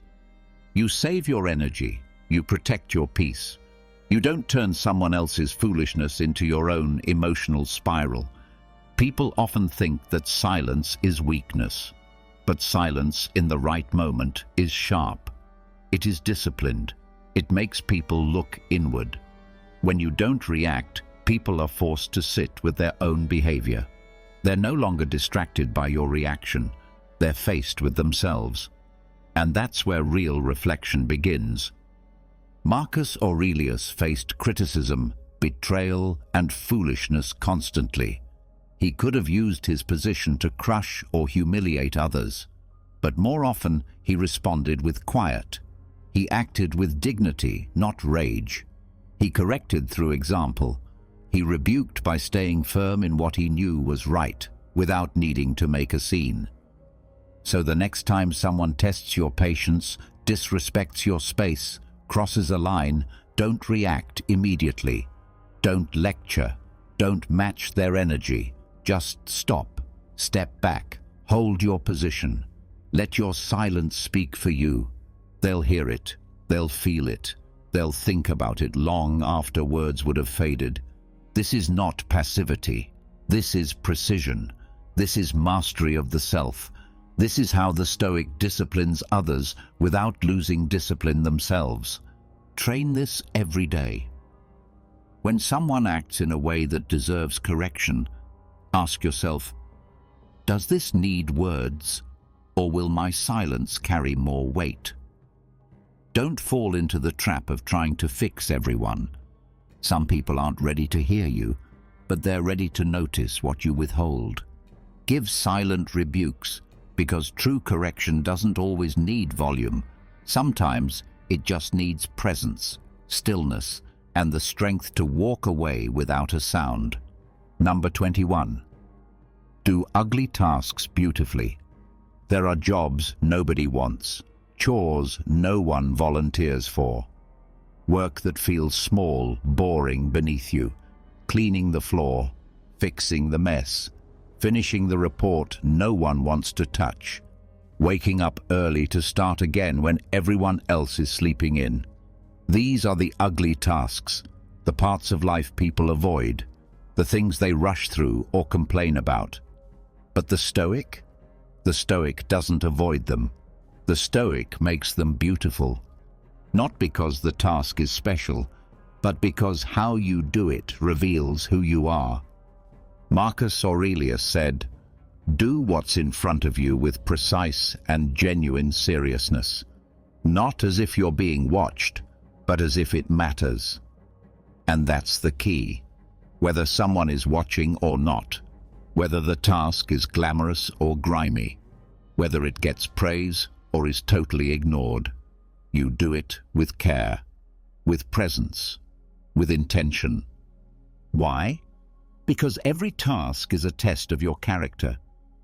It's easy to be excellent when the job is exciting. It's easy to give your best when eyes are on you. But greatness isn't built in those moments. Greatness is built in private, in the dull, quiet corners of life. It's how you act when no one's looking, how you sweep the floor, how you send that last email, how you fold the laundry, how you carry yourself when the task feels like nothing, because that's when it actually becomes everything. You're not doing it for the task. You're doing it for you. Doing ugly tasks beautifully trains your mind. It tells your inner self, excellence is who I am, no matter where I am. That's discipline. That's power. And it's rare. Most people rush through these tasks. They do them with bitterness, sarcasm, laziness, or entitlement. They think, this doesn't matter. But it does. Because the way you do one thing becomes the way you do most things. And soon, that habit of carelessness spreads into your work, your words, your relationships, your thoughts. But when you slow down, when you focus, when you decide that this ugly moment is still worthy of your best, you change everything. Not the task, but your relationship to it. You take control. You reclaim pride, even in the lowest moment. You build respect for yourself. The Stoic doesn't need applause. The Stoic doesn't need status. The Stoic just needs the work and the opportunity to meet it with virtue. Scrubbing a toilet? Beautiful. Carrying boxes in silence? Beautiful. Repeating the same task for the 100th time without complaining? Beautiful. Why? because you chose to bring beauty to it. Seneca said, "It is not the man who has too little, but the man who craves more, who is poor." We could say the same for work. It is not the task that is ugly, but the mindset that refuses to rise to it. So don't just do the big things well, do the small, ignored, dirty things with precision, with patience, with presence. Let others laugh. Let others call it pointless. You'll know better. You'll know the truth. How you do the lowest thing reveals the highest part of you. Do ugly tasks beautifully, because excellence isn't about what you do, it's about how you choose to do it. Number 22. Create rules for when you're weak. When you're strong, everything feels clear. Your values make sense. Discipline is easy. You say no without hesitation. You get up early, stick to the plan, hold your tongue, and keep your mind sharp. But the truth is, you're not always strong. No one is. There are days when your willpower feels thin, when your body is tired, when your emotions are heavy, when everything inside you whispers, "Just give in." And if you wait until that moment to make a decision, you've already lost. The Stoic doesn't wait for weakness to appear before they act. The Stoic builds rules while they're strong, so they have guidance when they're not. These rules become a compass, a set of instructions for the moments when your strength leaves you. Seneca said, "When you are at your best, prepare for your worst." That is the root of this strategy. You don't make promises in the heat of the moment. You make them in clarity, and you follow them through the fog. So write them down. Decide in advance. When I feel overwhelmed, I will take a walk, not pick up my phone. When I'm exhausted, I will still wake up on time, even if I move slowly. When I want to say something cruel, I will breathe, pause, and stay silent. When I feel like quitting, I will wait 24 hours before I decide. These are not restrictions. These are lifelines. They are preloaded decisions designed to protect you from your lower self, the version of you that shows up when pressure, emotion, or temptation take over. Because here's the truth. When you're weak, you don't need more options. You need fewer. When you're tired, don't ask your emotions what to do. Ask the rule you wrote when you were calm. When you're angry, don't trust your judgment. Trust your principle. When you're discouraged, don't listen to the voice in your head. Follow the boundary you built ahead of time. Marcus Aurelius, facing stress, betrayal, and endless responsibility, reminded himself daily of how he should act, not just when things were easy, but when things were hard. If it's endurable, endure it. If not, stop complaining. That's a rule. It doesn't need to be debated. It's already decided. These rules aren't there to control you. They're there to free you, to keep you from falling apart when emotion clouds your judgment. They're reminders of who you are when you forget. You will have days when your energy is gone, when everything feels off, when your motivation disappears. That's not failure. That's life. What matters is how you act in those moments. And that's why the rules exist, so that even on your worst day, you don't fall below your minimum standard. So take some time today, while you're clear, focused, and stable, and write the rules. Not for your best self, but for your worst self.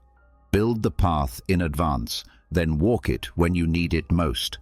Create rules for when you're weak, because decisions made in strength are what protect you when strength runs out. Number 23. Use the cold room test. Picture this. You walk into a room. It's cold, uncomfortable, the kind of cold that makes you tense up, makes you want to turn around and leave, makes your mind say, "Nope, I don't need this right now." That's the test. That exact moment, that physical resistance, that inner voice begging for comfort, is where you meet yourself. The Stoics didn't chase comfort.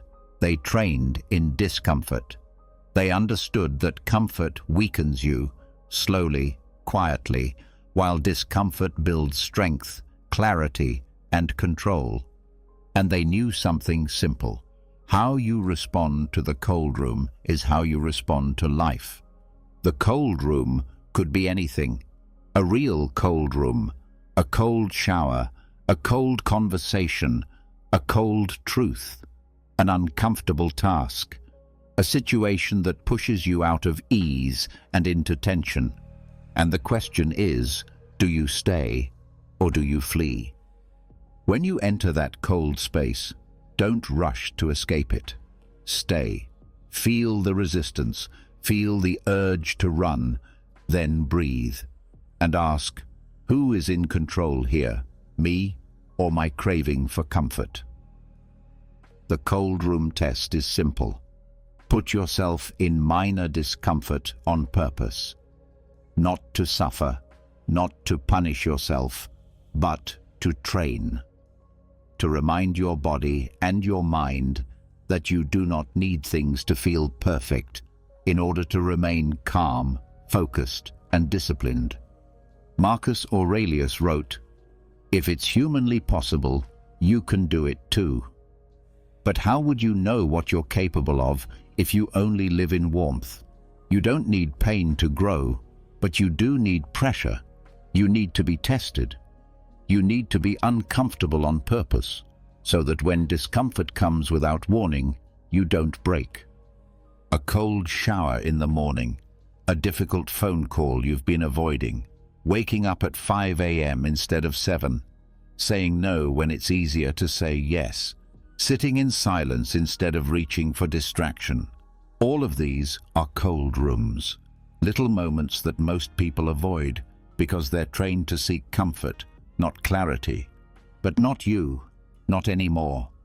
Start using the cold room test in your life. Each day, ask, where can I meet discomfort today without flinching? Where can I sit with the cold, physically, emotionally, mentally, and remain unmoved? It doesn't have to be dramatic. It just has to be deliberate.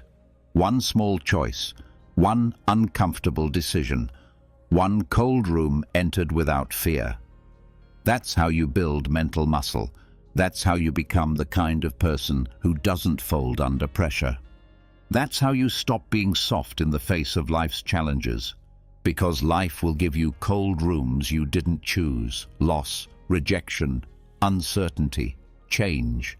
And when that day comes, you'll either be ready or you won't. But if you've practiced, if you've stood in the cold willingly, if you've trained your nervous system to hold still while the mind says run, then you'll smile, you'll stay calm, you'll breathe, you'll act, not react. Use the cold room test, because strength isn't built in comfort. It's built in the moments where you choose to stay when everything inside you wants to leave. Number 24. Set temptations as traps to test yourself. You say you're disciplined. You say you have control. You say you can resist the pull of comfort, impulse, indulgence. But here's the truth. Most people say they're strong while carefully avoiding the things that would actually test that strength. The Stoic doesn't do that.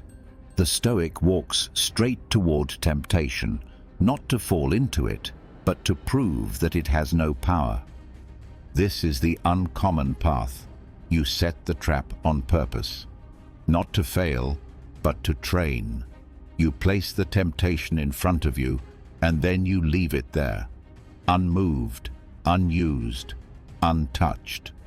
Not because you can't have it, but because you're practicing the most powerful thing of all, the ability to say no, even when yes is easy. Seneca said, "It is not the man who abstains from pleasures because he lacks them, but he who is able to enjoy them and yet abstains, who is truly great." That is real discipline, not hiding from desire, but looking it in the eye and walking past it. Place the chocolate on the counter and don't eat it. Let the phone buzz and don't pick it up. Have the excuse ready and don't use it. See the bed in the morning and rise anyway. This is how you train your will, not by running from comfort, but by coexisting with it without being owned by it. Each time you do this, you make your mind stronger. You prove that you're the one in control, not your cravings, not your urges, not your old habits pretending to be needs. Think of it like this. Most people only succeed when they make their environment perfect. No distractions, no temptations, no options. But what happens when life doesn't give you that perfect environment? What happens when temptation finds you unexpectedly? If you've never trained in its presence, you will fall. That's why the Stoic brings the test into their daily life. Not to suffer, but to sharpen. They keep the temptation close, not because they want it, but because they want to master the ability to walk away from it.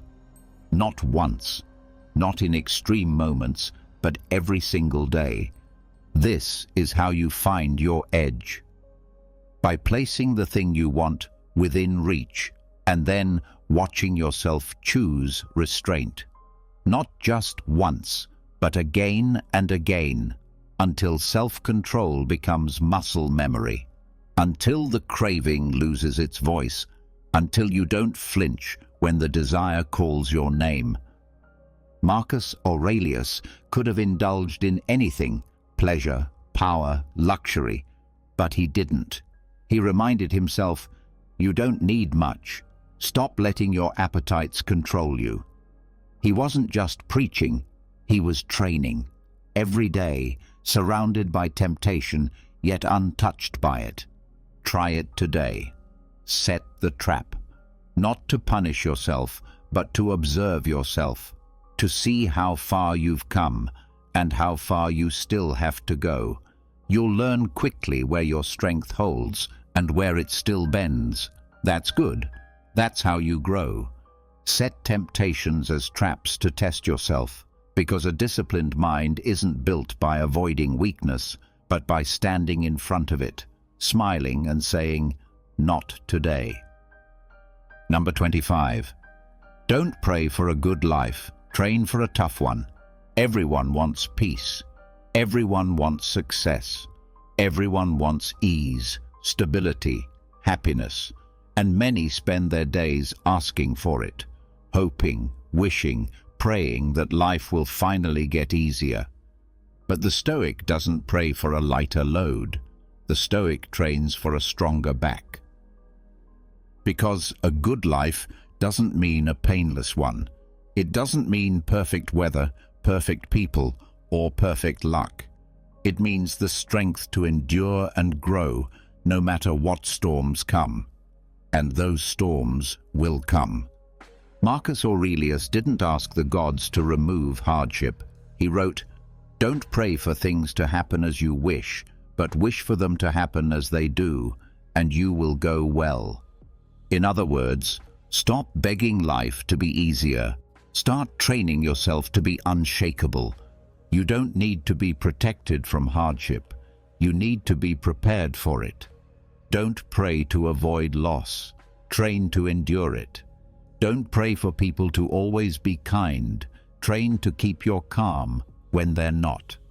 Don't pray to never be tested. Train to pass the test, no matter how hard it gets. The world doesn't owe you comfort. It owes you nothing.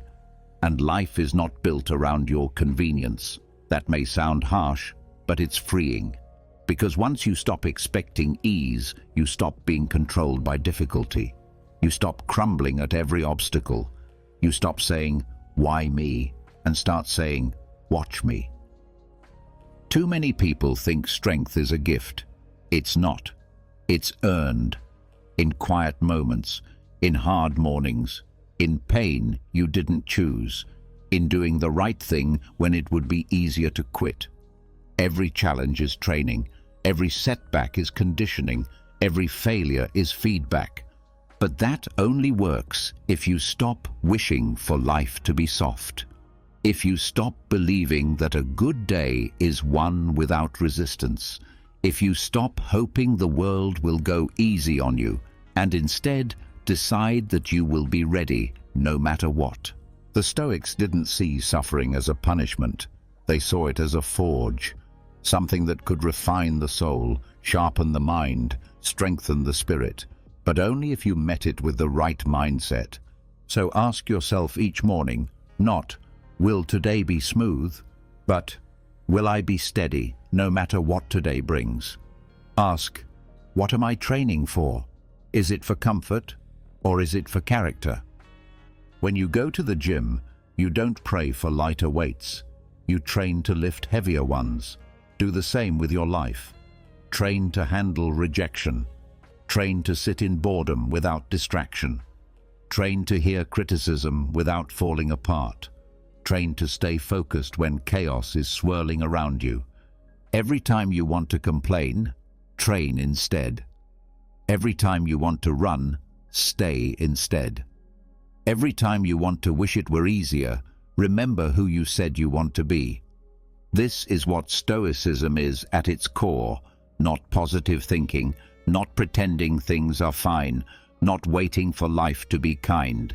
It's becoming someone so solid inside that no matter what happens outside, you remain grounded. Don't pray for a good life. Train for a tough one.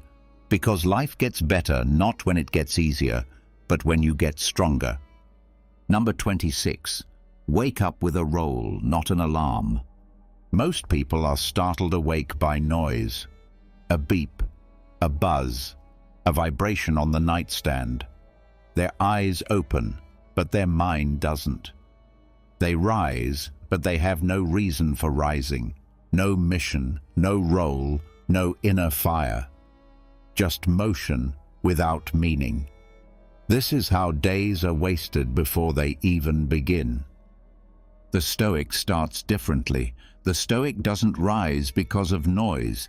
They rise because of duty, because of identity, because when the day begins, they already know who they are supposed to be. Don't just wake up to sound. Wake up to purpose.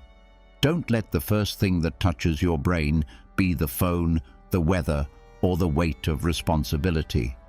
Let it be a role you chose. Let it be something that lifts your mind, not just your body. Marcus Aurelius wrote to himself, "At dawn, when you have trouble getting out of bed, tell yourself, I am rising to do the work of a human being." That's the role. He didn't get up for comfort. He didn't get up for a to-do list. He got up because he had a responsibility to act with reason, with courage, with justice, with discipline. He had a mission to live out, and so do you. When you wake up without a role, the day controls you. The people, the emails, the distractions, they all decide your direction. But when you wake up knowing your role, you move with clarity. You don't ask, what should I do? You already know. You might be a parent, a builder, a leader, a servant, a student, a protector, a guide. Whatever your role is, claim it first thing. Before the world reaches for you, reach for yourself. Say it. I wake up as a teacher. I wake up as a builder of discipline. I wake up as a man of peace. I wake up as a woman of courage. Say it out loud if you have to. Remind your mind who it is before the world forgets for you. Don't let the alarm dictate your energy. Let your purpose light the fire. And if the alarm must be used, then tie it to meaning. Let the ring of it be your call to action. Not something you dread, but something you've trained for. Because you're not just waking up, you're stepping into character. Do this each day. The night before, set your intention. Don't just set an alarm, set a role. Know exactly who you're waking up to be. Not what task to check off, but what inner identity to embody. That's how you gain momentum before your feet even hit the floor. This is what separates the Stoic from the average person. The average person wakes up to survive the day. The Stoic wakes up to meet it, to engage it with discipline, to live it with integrity, not rushed, not confused, but grounded, focused, and already halfway there. So tomorrow, when the morning comes, don't just wake up, don't just roll out of bed, rise with purpose, rise with identity, rise with the quiet conviction that your role matters. And it begins now. Wake up with a role, not an alarm, because purpose is louder than any sound, and a mission is stronger than any snooze button. Number 27. Ration your energy, not just your time. Everyone talks about time. Block your calendar. Wake up earlier. Plan your day. Guard your schedule. That's good, but it's not enough, because time is not your only resource. Energy is. And if you don't learn how to manage your energy, even the most perfectly planned day will fall apart. The Stoics understood this, even if they didn't use the word energy. They lived by it. Marcus Aurelius wrote, "You have power over your mind, not outside events. Realize this, and you will find strength." He didn't say time. He said strength, focus, clarity. That's energy. Because you might have the full day free, but if your mind is drained, scattered, or irritated, you won't do anything with it. You'll waste hours doing tasks that should have taken minutes. You'll burn out chasing approval, reacting to noise, arguing over things that don't matter. So here's the rule. Stop thinking only in hours. Start thinking in energy. Ask yourself each day, where is my mind strongest? What drains me that I keep doing? Who takes my energy the most, and are they worth it? What few things today truly need my full focus? Not every task deserves your best self. Not every conversation deserves your emotional investment. Not every invitation deserves your attention.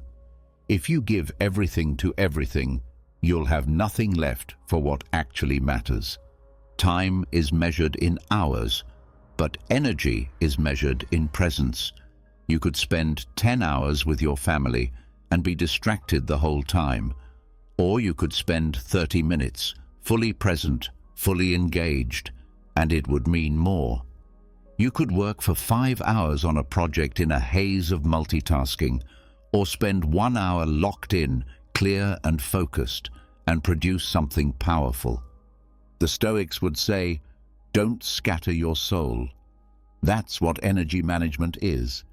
Keeping your soul gathered, intact, pointed in one direction at a time. Because when your energy is scattered, your character is scattered, your results are scattered, your life becomes noise instead of music. And remember, it's not just about conserving energy, it's about spending it well. Spend it where it matters. Spend it on building something, not just reacting to things. Spend it on becoming wiser, not just being busy. Spend it on people who refill you, not those who drain you for sport. When you feel tired, not just physically but mentally, don't ignore it. That's your system warning you. Sit still, reflect. Don't just ask, what did I spend my time on today? Ask, what cost me the most energy? That's the invisible tax most people forget to pay attention to. The Stoics weren't afraid of effort, but they were strategic about it. They knew that your peace, your strength, your focus, it's a limited supply. So guard it. Guard it more fiercely than you guard your schedule. So tomorrow, when you're making your to-do list, don't just plan your time. Plan your energy. Give your best hours to your most important task. Protect your first 30 minutes from noise. Leave margin for silence. Say no to things that feel light on the calendar but heavy on the soul. Ration your energy, not just your time, because a full day means nothing if you show up to it empty.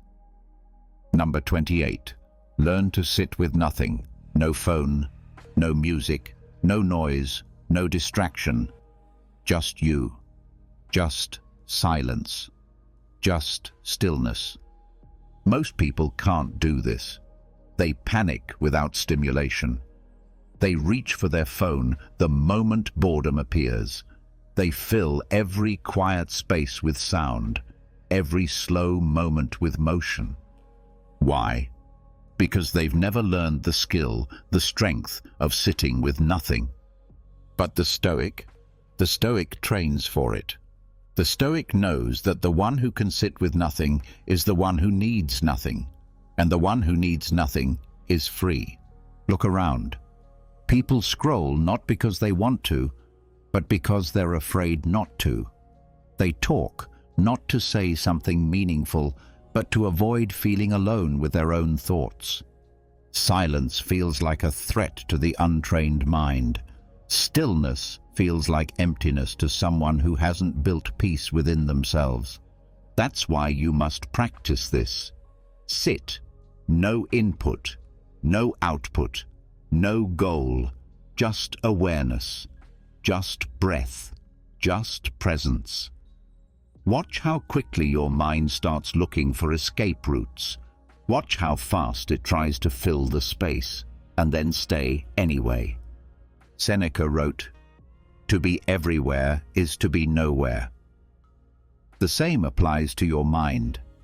If your attention is scattered across noise, content, and conversation, it's nowhere. But if you can bring it back to stillness, even for 5 minutes, you begin to build something rare, inner anchoring. This is not meditation. This is not a technique. This is a test. Can you face your own mind without distraction? Can you sit in a room alone and not reach for something? Can you be with yourself without needing to numb, entertain, or escape? That's real strength. And it's not easy. At first it will feel uncomfortable. You'll itch for stimulation. Your brain will throw noise at you. Memories, anxieties, cravings. That's normal. That's what most people run from. But the Stoic doesn't run. The Stoic remains. The Stoic observes. Because silence is not empty. It's full of everything you've been avoiding. And that's the point. The longer you sit, the clearer the noise becomes. And the more you sit, the more that noise begins to fade. When you can sit with nothing, you realize you already have everything. The thoughts settle, the breath slows, the ego fades, the mind opens. And in that space, wisdom begins to speak, not loudly, but clearly. Marcus Aurelius would retreat into himself daily, not to avoid life, but to prepare for it. He wrote, "Nowhere can a man find a more peaceful retreat than in his own soul. But you don't find that retreat by accident. You build it, and you build it in silence. So practice it today. 5 minutes. 10. Sit in a chair, on the floor, in the car before you walk into the building. No phone, no stimulation, just stillness. Let it feel awkward. Let it feel raw. That means you're doing it right.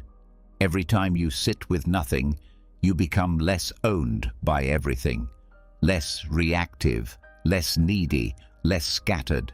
You become someone who doesn't require constant input to feel okay.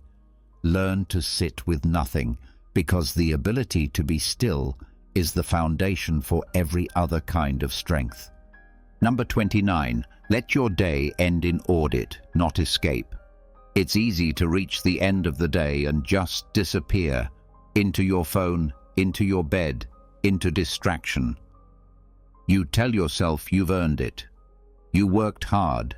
You're tired. You deserve a break. And maybe you do. But the Stoic doesn't let the day end in escape. The Stoic ends the day in audit, because the purpose of the day isn't just to get through it, it's to learn from it. And if you don't stop to look back, you will keep making the same mistakes. You will stay blind to your patterns. You will drift into habits that slowly steal your clarity. Seneca said, "When the light has been removed and my wife has fallen silent, I examine my entire day and go back over what I've done and said." That was his routine, night after night. Not to punish himself, but to grow, to track his progress, to hold himself accountable, to live with awareness. Ask yourself, did I waste time today on things that didn't matter? Did I act out of anger or ego? Did I avoid something I should have faced? Did I speak truthfully? Did I show discipline? Where did I lose control? Where did I win quietly? This is your audit. This is your mirror. The moment where the noise of the world fades and you look yourself in the eye. Most people don't do this. They check out. They scroll. They numb themselves. They escape into sleep without a single moment of reflection. And slowly, day by day, their life becomes a blur, repeating the same loops, losing direction, calling it burnout, but really, it's just a lack of deliberate review. When you audit your day, you reclaim it. You turn experience into wisdom. You turn regret into adjustments. You stop letting your mistakes follow you into tomorrow because you faced them tonight. This doesn't have to be dramatic. It doesn't have to take an hour, 5 minutes, a few quiet lines in a journal, a simple thought while brushing your teeth. Just face the truth. And do it with honesty, not shame. You're not judging yourself, you're building yourself. That's the difference.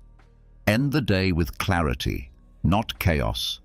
End it with stillness, not distraction. Don't close the day in noise.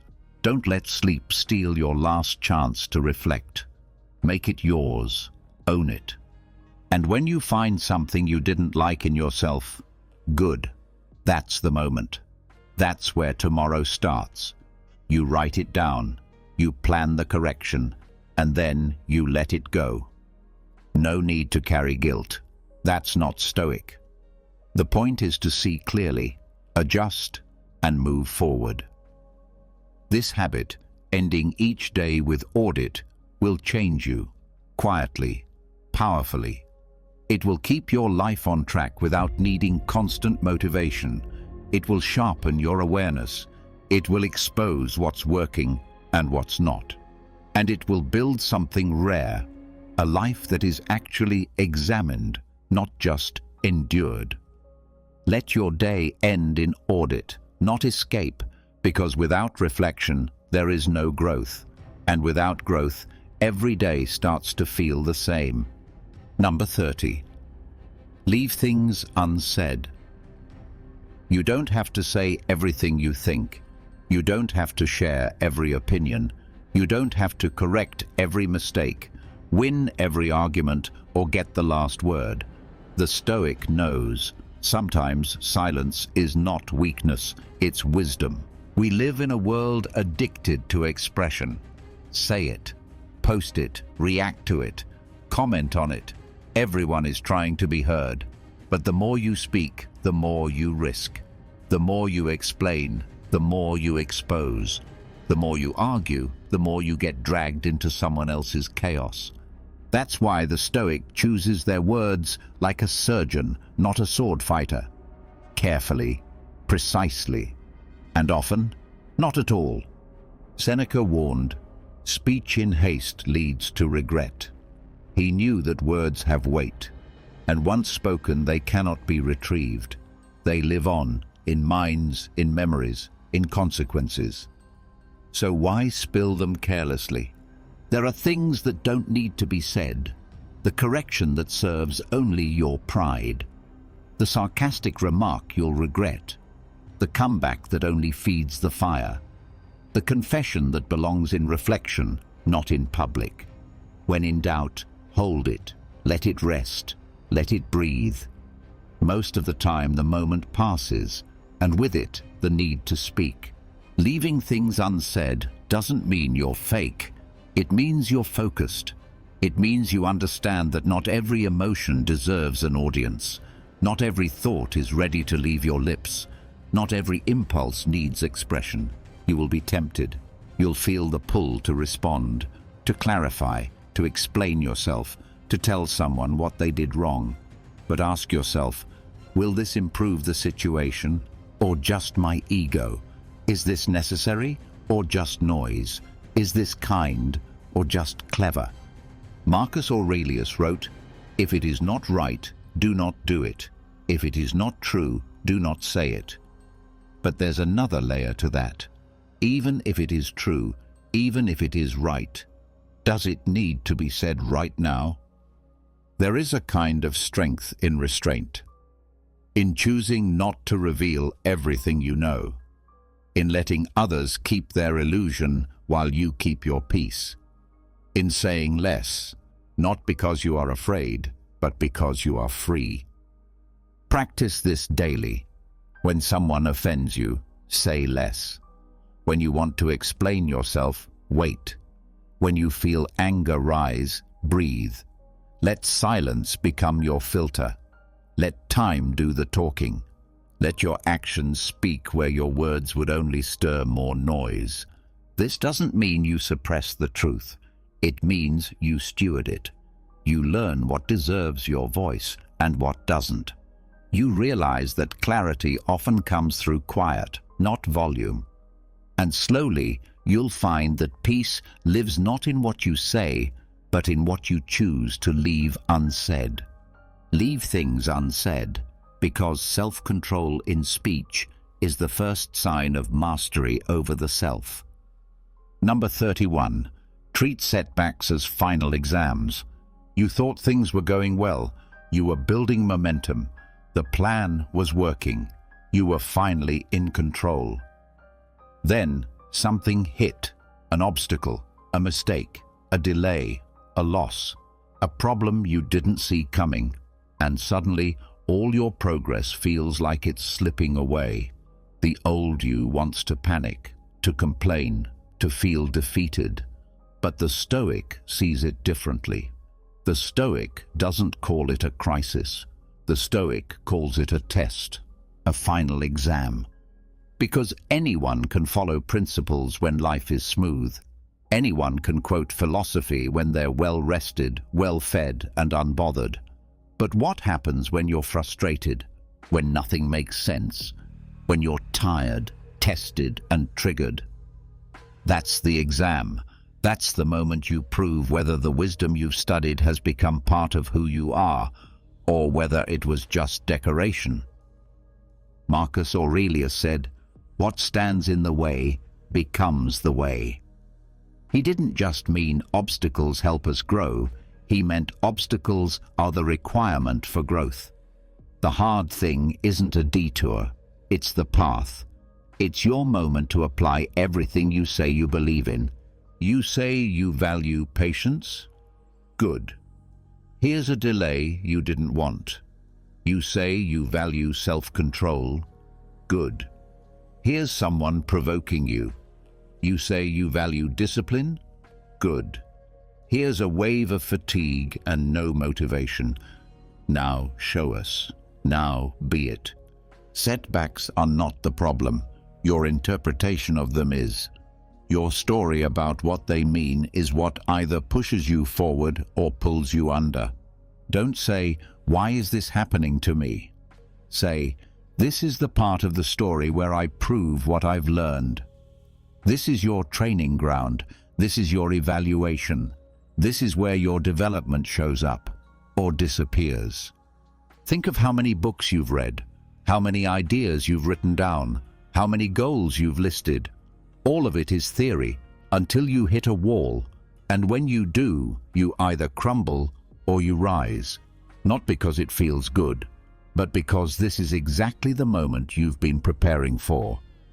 So the next time life throws a setback at you, pause. Take a breath. Then say to yourself, here it is, the final exam. This is your opportunity to lead yourself through the fire with grace, to hold your standards even when no one would blame you for lowering them. Will you still act with reason? Will you still stay disciplined? Or will you abandon yourself the moment it's hard? Will you still remember your principles? Or will you trade them in for short-term comfort? The Stoics didn't get strong by reading quotes. They got strong by living through storms, by treating every challenge as the next round of training, by refusing to let setbacks define them, because they knew setbacks reveal you. They reveal your depth, your discipline, your internal structure. So when life punches you in the gut, don't fold, don't spiral. Recognize what's happening. This is the exam. This is the real test. Pass it not with words, but with choices, with composure, with clarity under pressure. Treat setbacks as final exams, because wisdom isn't proven in peace. It's proven in difficulty. And now, it's your turn to show what you've built. Number 32. Expect to be misunderstood. You can speak clearly. You can act with integrity. You can do everything right. And still, they won't get it. They'll twist your words, misread your silence, project their own fear, jealousy, or ignorance onto you. And if you're not prepared for that, it will shake you. It will make you doubt yourself. It will tempt you to explain, defend, overcorrect, and try to be understood by everyone. But the Stoic expects this. The Stoic knows being misunderstood is not a failure. It's part of the path. Marcus Aurelius ruled an empire. He wrote in private, not for fame, not for praise, but to stay grounded. Do you think everyone around him understood his motives, his restraint, his discipline? No. He was judged, criticized, misread, and yet he stayed the course, because he wasn't living for approval, he was living by principle. You must do the same. When you take a different path, people won't always see the reason behind it. When you stay calm in conflict, they might call you cold. When you walk away from drama, they might call you weak. When you choose silence over reaction, they'll say you're hiding. But that doesn't make them right. It just makes them outside your understanding. You don't owe the world your full explanation. You don't have to hand over your motives for validation. You live by reason, by discipline, by inner clarity. And that is often invisible to people who don't live the same way. Seneca said, "A man who follows reason in all things will be followed by reason, not by the crowd." That's the trade. You get peace, but you lose popularity. You get clarity, but you lose agreement. And you must be ready for that, because if you need everyone to approve of you, you will never be free. If you need to be constantly understood, you'll spend your life over-explaining and under-living. You'll shape your actions around their reactions. That's not Stoic. That's slavery. The wise person acts with intention and lets perception take care of itself. You do what's right, even if they misread it.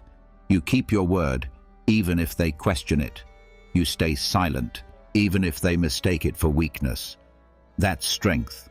Don't waste your energy trying to control how others interpret your choices. You're not here to manage their minds. You're here to master your own. So expect it. Expect to be misunderstood. Expect someone to take your kindness for softness. Expect someone to resent your success. Expect someone to question your silence. Don't fight it. Don't fear it. Just keep walking. Let your consistency speak over time.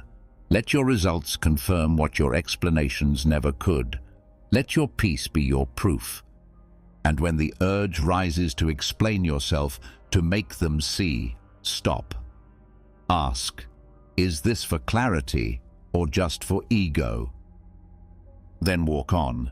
Expect to be misunderstood, because not everyone can see the clarity you live by, and that's not your burden to fix. Number 33. Divide your soul from the day. Life moves fast, one thing after another. Noise, messages, pressure, traffic, deadlines, emotions, reactions, interruptions. You wake up and you're already in it, already inside the pull of the day. But the Stoic doesn't just go along. The Stoic divides their soul from the day. What does that mean? It means this: no matter what's happening around you, there is a part of you, untouched, stable, still. And your job is to protect it, to create distance between the chaos and your center, to move through the day without letting the day move through you. Marcus Aurelius was emperor of Rome, surrounded by noise, ambition, betrayal, politics, pressure.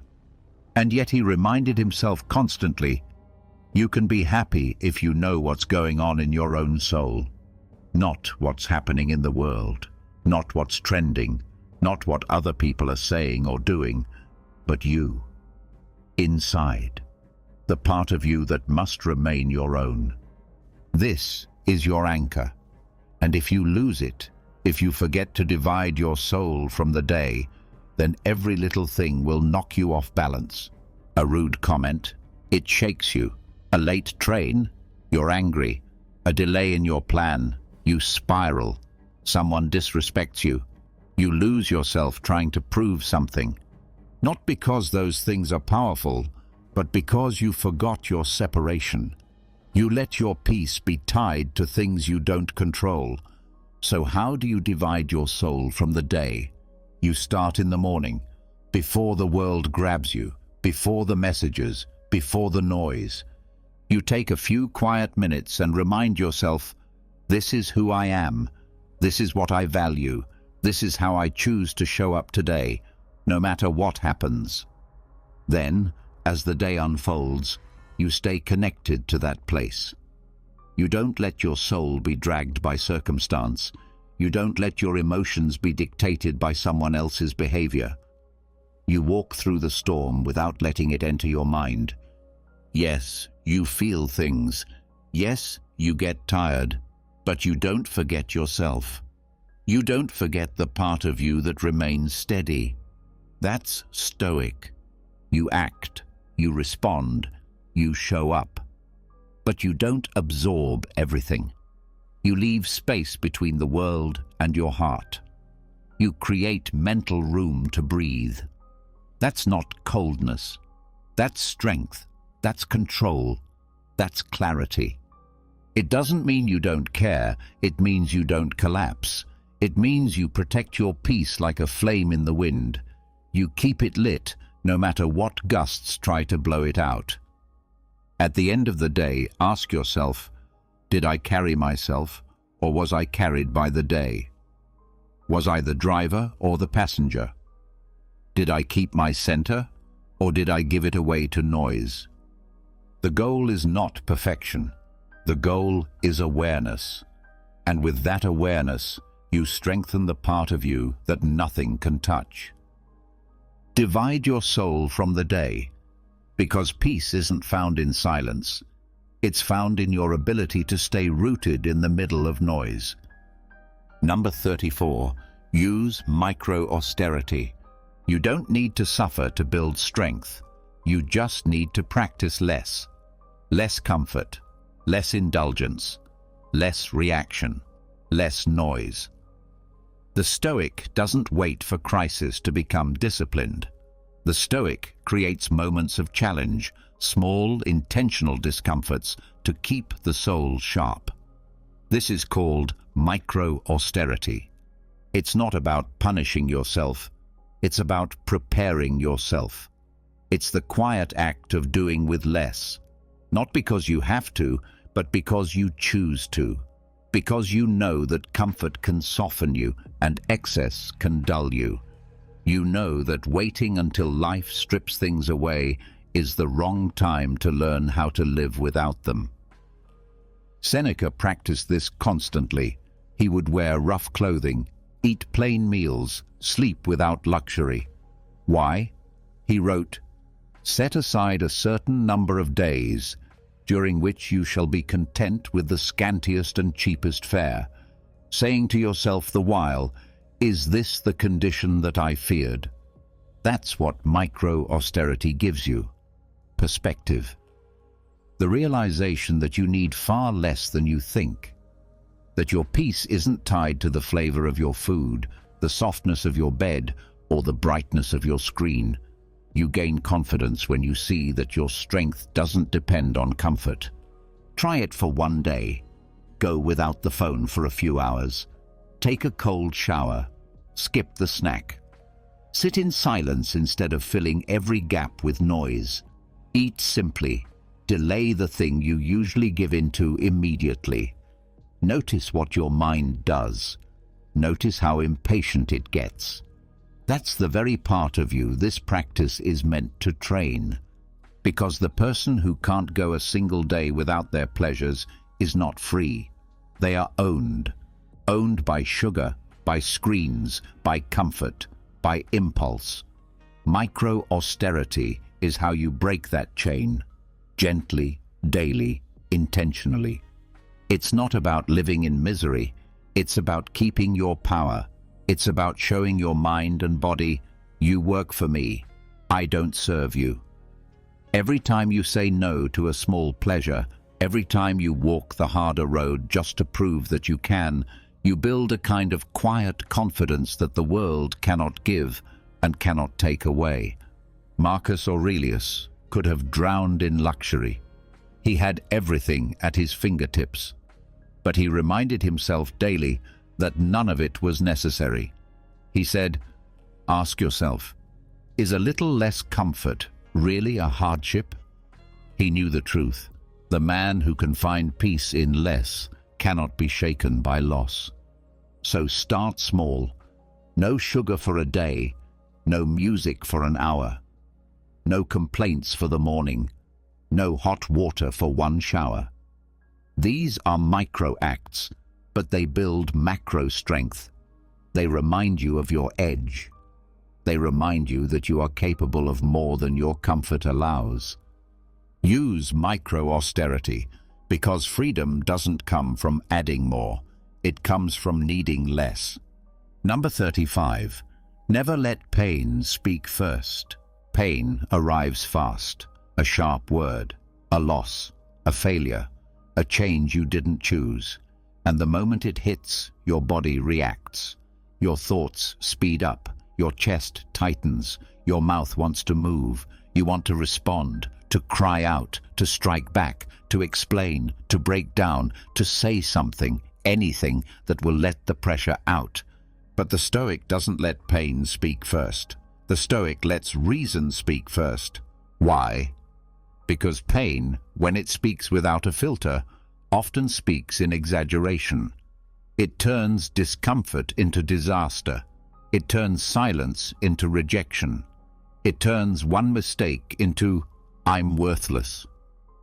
Pain doesn't speak truth. It speaks urgency. It wants to be loud. It wants to be heard. But it is rarely wise. The Stoics understood this deeply. Epictetus said, "Don't let the force of an impression carry you away. Say to it, 'Wait.'" He wasn't just talking about pleasure or anger. He was talking about pain too. Because pain is just another impression. It shows up uninvited, demanding to take the lead. And if you let it speak before you've had time to think, you'll say things you can't take back. You'll make decisions from emotion, not clarity.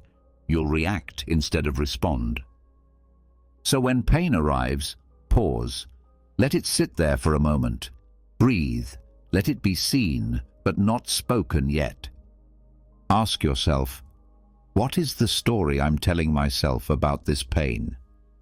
Is this the truth, or just the first wave of emotion? What would I say if I were calm? What would I choose if I were clear? This doesn't mean you ignore pain. The Stoics never said to suppress it. They said to understand it, to examine it, to question it before you act on it. Because pain has a voice, but it should never be the voice that leads. Think about how many things you've said in pain that you didn't mean. How many choices you made just to make the pain stop. How many bridges you burned. How many apologies you later whispered. Not because you were wrong to feel, but because you were too quick to let that feeling speak for you. So stop giving pain the microphone. Let it knock. Let it shout inside. But don't open the door right away. Don't obey it instantly. Sit still. Let it lose its grip. Then speak. Not from the heat, but from the root. From the center. From who you are, not just how you feel. Marcus Aurelius, writing in the middle of war, illness, and betrayal, told himself, "You have power over your mind, not outside events. Realize this, and you will find strength." Strength doesn't mean you don't feel. It means you don't let feelings become commands. So the next time pain shows up, and it will, don't pretend it's not there. Just don't let it be your voice. Don't let it define the moment. Don't let it write your story. Let it sit. Let it burn out. Then act. Never let pain speak first, because the first voice isn't always the wisest. Sometimes the strongest thing you can do is wait before you speak. Number 36. Dissect your fears with logic, not hope. Most people deal with fear by trying to escape it. They distract themselves. They pretend it's not there. Or they hope that things will just work out. But Stoics don't run. They face their fear head-on, and they don't fight it with emotion. They fight it with logic. You don't hope your fear goes away. You pull it apart, slowly, clearly, piece by piece, until what once looked like a monster becomes something manageable, even small. Seneca wrote, "We are more often frightened than hurt, and we suffer more in imagination than in reality." That means fear is rarely about what is. It's about what might be. It's about the story your mind creates when you leave it unchecked. So don't hope the story changes. Challenge the story. Break it down. Ask better questions. What am I actually afraid of? What's the worst that can happen?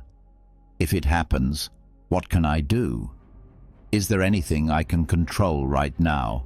What part of this fear is real, and what part is just noise?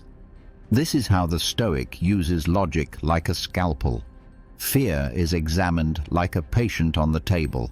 No panic, no drama, just clarity. And clarity kills fear. Not all at once, but layer by layer. Because the mind loves to exaggerate when left alone. It takes a small problem and blows it up into a full crisis. It zooms in until all you see is danger. But logic zooms back out. It brings perspective. It returns you to reason. Hope can feel good in the moment, but hope without a plan is empty. You say, "I hope this fear goes away." But the Stoic says, "Let me understand this fear so I can deal with it." Hope waits. Logic moves. Marcus Aurelius faced war, betrayal, illness, death. And still he wrote, "If something is frightening, examine it. See what it is made of. Disarm it with thought." That's the move. You don't fight fear with wishes. You fight it with facts. You reduce it to its parts, and most of the time you'll find it's hollow. What if I lose my job? Okay. What happens next? Can I find another? Can I live with less for a while? Will I die? No. Will I suffer forever? No. Then what exactly is so terrifying? You see, when you pull fear into the light, it shrinks. Maybe it doesn't disappear, but it stops running the show. Don't let fear live in the dark corners of your mind. Don't let it grow in silence. Meet it, speak to it, write it down, dissect it, reduce it, strip away its illusions. Because until you understand your fear, it controls you. But once you understand it, you get to choose what happens next. So when fear shows up, and it will, don't wish it away. Don't hide. Don't hope. Get out the tools. Get to work. Dissect your fears with logic, not hope, because courage doesn't begin with feeling brave. It begins with thinking clearly. Number 37. Detach from victory. Winning feels good. Praise feels good. Success feels good. The moment you hit the goal, cross the finish line, receive the recognition, it rushes in. The pride, the adrenaline, the sense that this is it, that finally you've made it. But the Stoic doesn't get drunk on victory. The Stoic detaches from it. Because victory is not the goal, virtue is. And if winning takes you away from your principles, it's not a success. It's a failure in disguise. Most people live for the win, for the reward, for the applause. They treat every task like a step toward validation. But the Stoic doesn't chase outcomes. The Stoic focuses on process, on right action, on integrity. And if victory comes, good. If not, also good. Marcus Aurelius said, "Ambition means tying your well-being to what other people say or do. Sanity means tying it to your own actions." That's the distinction. When you attach your identity to winning, you've handed your peace to something fragile, something you don't fully control. Detach. Detach from the outcome. Detach from the title. Detach from the scoreboard. Not because you don't care, but because you care about what matters more. Ask yourself, would I still do this if no one saw me win? Would I still show up like this if no one gave me credit? Would I still be proud of myself if I lost, but acted with courage, honesty, and discipline? That's what Stoicism builds. People who are free from needing victory to feel fulfilled. Because here's the danger of chasing wins. When you win once, you want to win again. You fear slipping. You begin to protect the image more than the substance. You play it safe. You stop risking. You start performing. You attach yourself to your last success and let it define you. And when it fades, as all things do, you feel lost. But when you detach from victory, you're free. Free to fail with grace. Free to try things that might not work. Free to speak the truth, even when it costs you status. Free to enjoy the work instead of just craving the outcome. This doesn't mean you give up on excellence. It means you redefine it. Excellence is not about being better than others. It's about being better than you were yesterday. It's about showing up fully, acting with clarity, and letting go of what comes next. Let the athlete train without needing the gold. Let the writer write without needing a bestseller. Let the worker give their best without needing the promotion to feel proud. Because the moment you detach from victory, your power returns. You act from choice, not need. You create from freedom, not fear. You succeed without becoming a slave to success. So aim high. Push yourself. Do hard things. But remember, victory is not who you are. It's just something that sometimes happens when you live with discipline. Detach from victory, because when your worth is no longer tied to winning, no one can take it from you. Number 38. Conserve outrage like a resource. You only have so much energy, so much focus, so much emotional fuel. Every time you get angry, offended, worked up, or dragged into drama, you spend some of it. And the truth is, most people waste it. They light themselves on fire over every little thing, every bad driver, every online comment, every piece of gossip, every headline, every disagreement. The Stoic doesn't live that way. The Stoic treats outrage like a limited resource, because it is. Marcus Aurelius said, "You always own the option of having no opinion." Why? Because opinions cost energy. Because outrage, unless it is carefully chosen and directed, burns you before it changes anything. Ask yourself, how much of your life have you wasted being mad at things that didn't deserve your anger? People you don't even know? Problems you can't control? Moments that were forgotten an hour later? Every time you explode, every time you react emotionally, you hand over a piece of your peace for nothing. A Stoic knows not everything deserves your fire. Not every wrong needs your wrath. Not every slight needs to be answered. You are not a puppet pulled by emotion. You are the one holding the strings. You must protect that. You must build restraint. You must be deliberate about when you get angry, and more importantly, when you don't. Imagine your outrage as currency. You can spend it, but only so many times before you're bankrupt. So the wise person asks, is this worth it? Is this urgent? Is this aligned with my values, or just my ego? Most of the time, the answer is no. Most of the time, it's noise. Most of the time, it's bait. And if you keep biting, you will exhaust yourself on things that never mattered. You'll be drained before the real challenges even arrive. Seneca wrote, "The greatest remedy for anger is delay." Wait, step back. Don't jump into the fire. Let time reveal what really needs your response and what deserves to be left behind.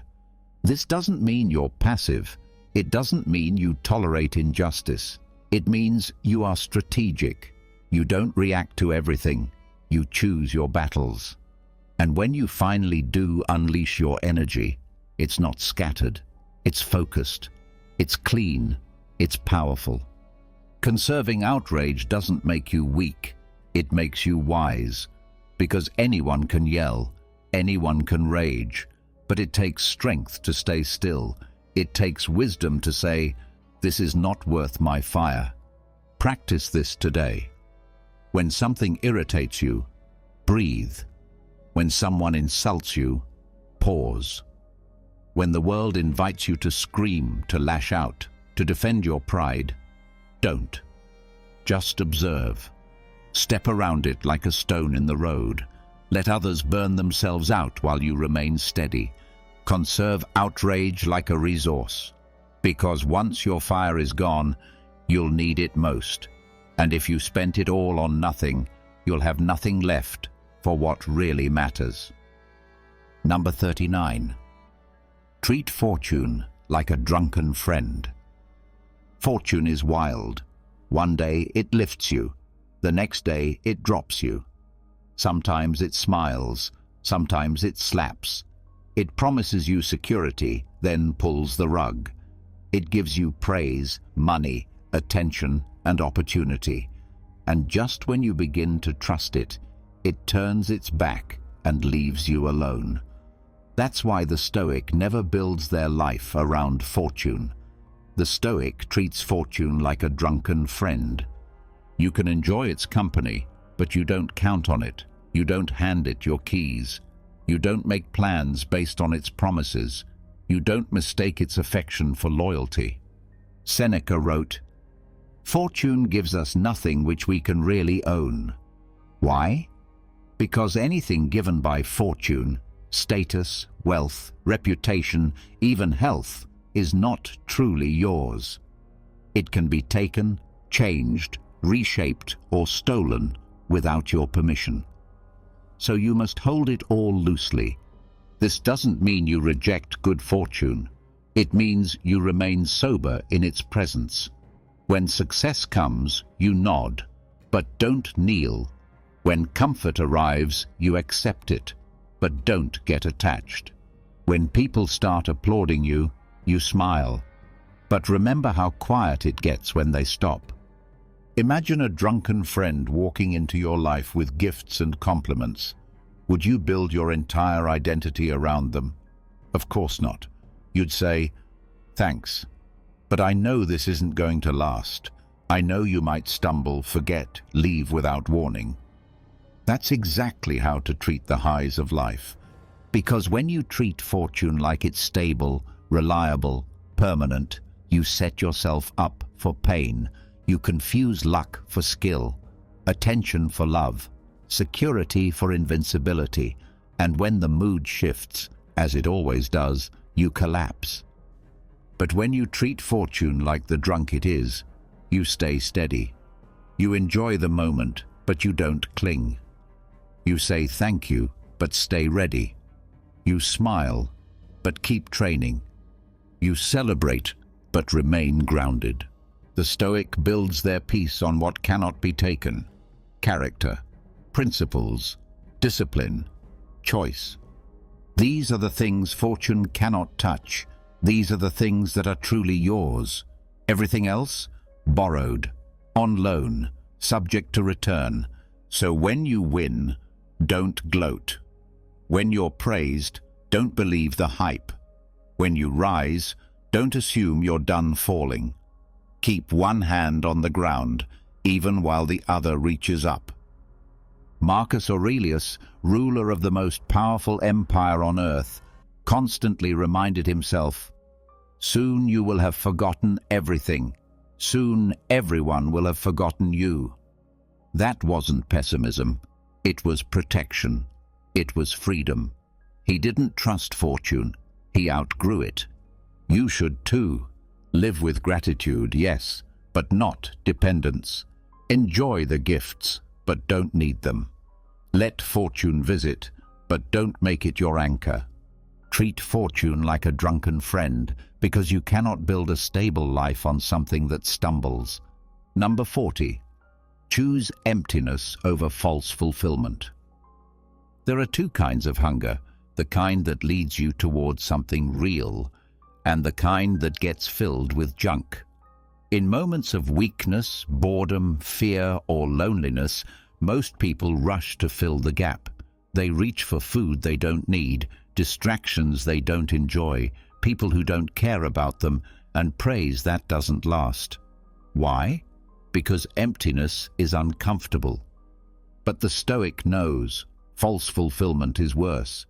Seneca warned, "It is not the man who has too little, but the man who craves more, who is poor." And that craving, that rush to feel full again, that's what drives people into habits that rot the mind and weaken the soul. Not because they're evil, but because they refuse to sit with emptiness. They refuse to feel the space between one moment and the next. So they fill it with noise, with sugar, with scrolling, with small talk, with temporary hits of comfort. They look full on the outside, but inside they're starved for meaning. The Stoic trains to resist that. The Stoic chooses emptiness, not because they love pain, but because they love freedom, because they know that the space we fear is the space where clarity begins. You feel bored, don't fill it. You feel restless, don't fix it. You feel a craving, don't obey it. You feel the urge to distract yourself, don't give in. Let the space exist. Let the hunger remain. Let the desire grow without being answered. That's where your strength is built, not in filling the gap, but in facing it. Marcus Aurelius, surrounded by temptation and luxury, still reminded himself, very little is needed to make a happy life. Why? Because he'd learned to prefer stillness over stimulation, truth over noise, emptiness over illusions. You don't need to reply to every text. You don't need to check the fridge again. You don't need another video, another snack, another shot of dopamine. What you need is to reclaim your hunger and aim it at something real. Because false fulfillment is the mind's version of junk food. It gives you the feeling of being fed, but it steals your strength. It numbs your awareness. It makes you forget what genuine meaning even tastes like. Emptiness is not a problem to solve. It's a signal to pay attention. It says, you're not aligned. You're drifting. You're looking outside for something that only lives inside. So let yourself feel it. Don't run. Don't patch the hole. Sit in the quiet. Let the ache remind you that you're human and that you are meant for more than shallow relief. This is the path few choose. But it's the path to something solid, something earned, something you won't have to chase again and again just to feel alive. Choose emptiness over false fulfillment, because a quiet space is the beginning of real strength, and only an empty cup can be filled with something real. Number 41. Build invisible strengths. In a world obsessed with appearance, with titles, with followers, with loud success and loud opinions, the Stoic moves differently. The Stoic doesn't chase recognition. The Stoic doesn't build their value where others can see it. The Stoic builds invisible strengths. What does that mean?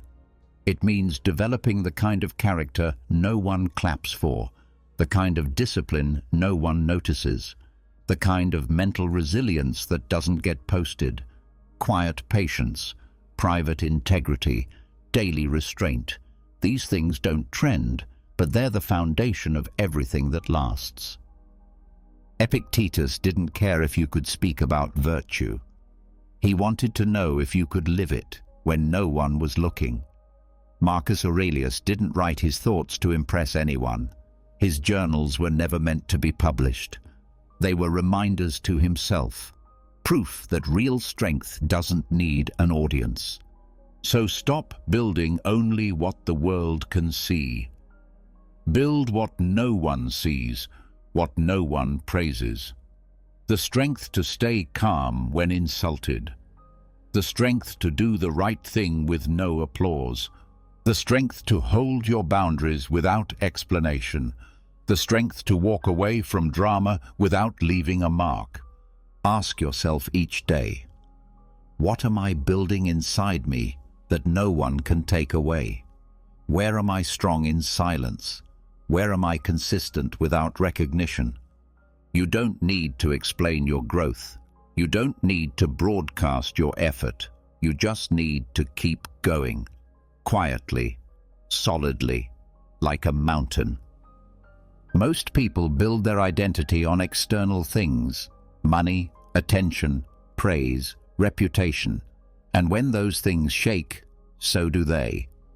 But if you build your strength on values, on effort, on solitude, on clarity, you become unshakable.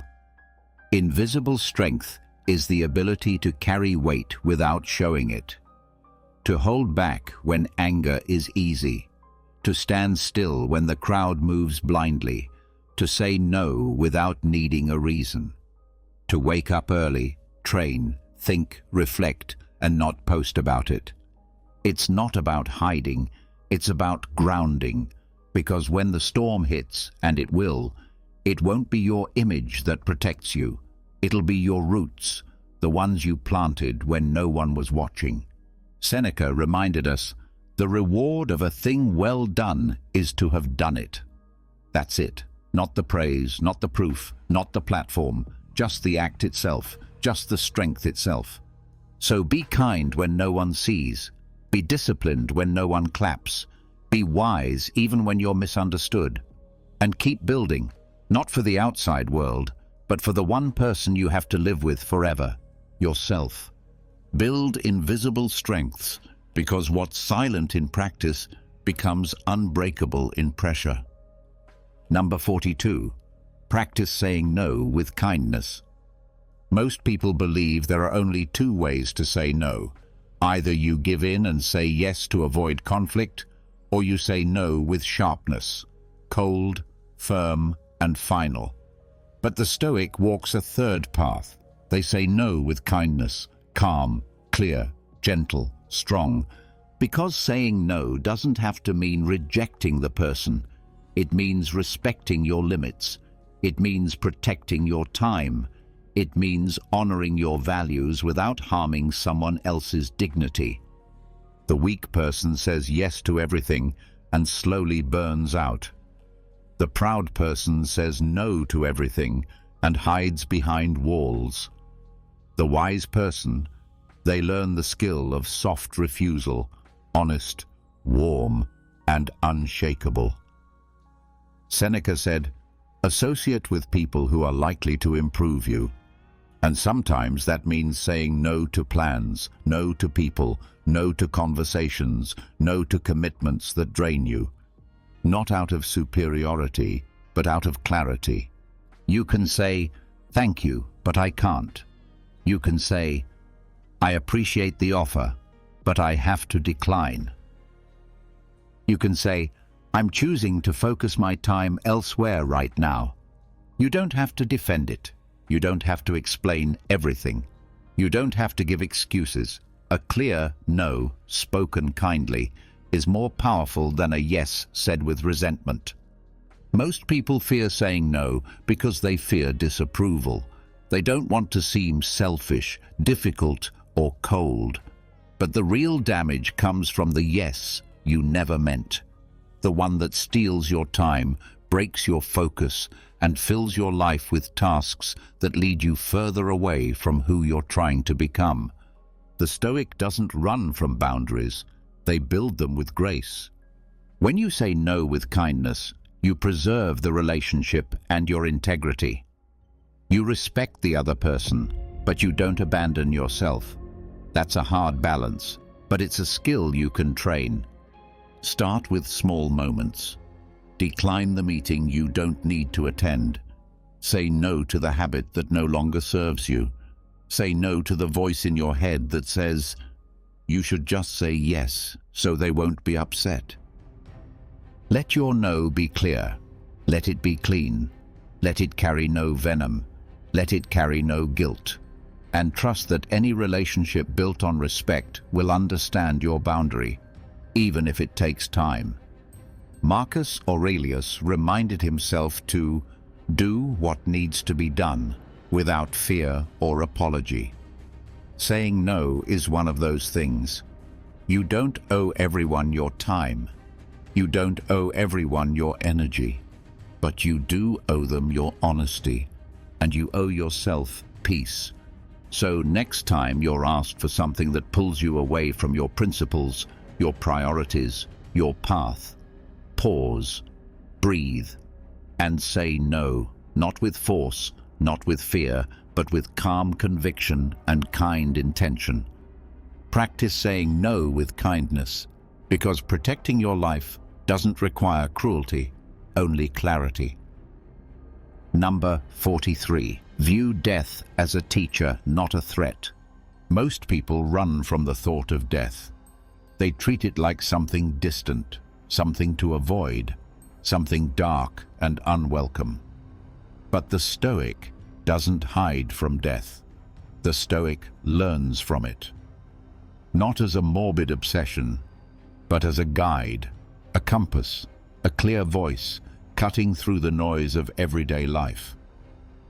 Marcus Aurelius reminded himself constantly, "You could leave life right now. Let that determine what you do, say, and think." That's not fear, that's clarity, that's urgency, that's presence. Because when you see death not as a threat, but as a teacher, you begin to live differently.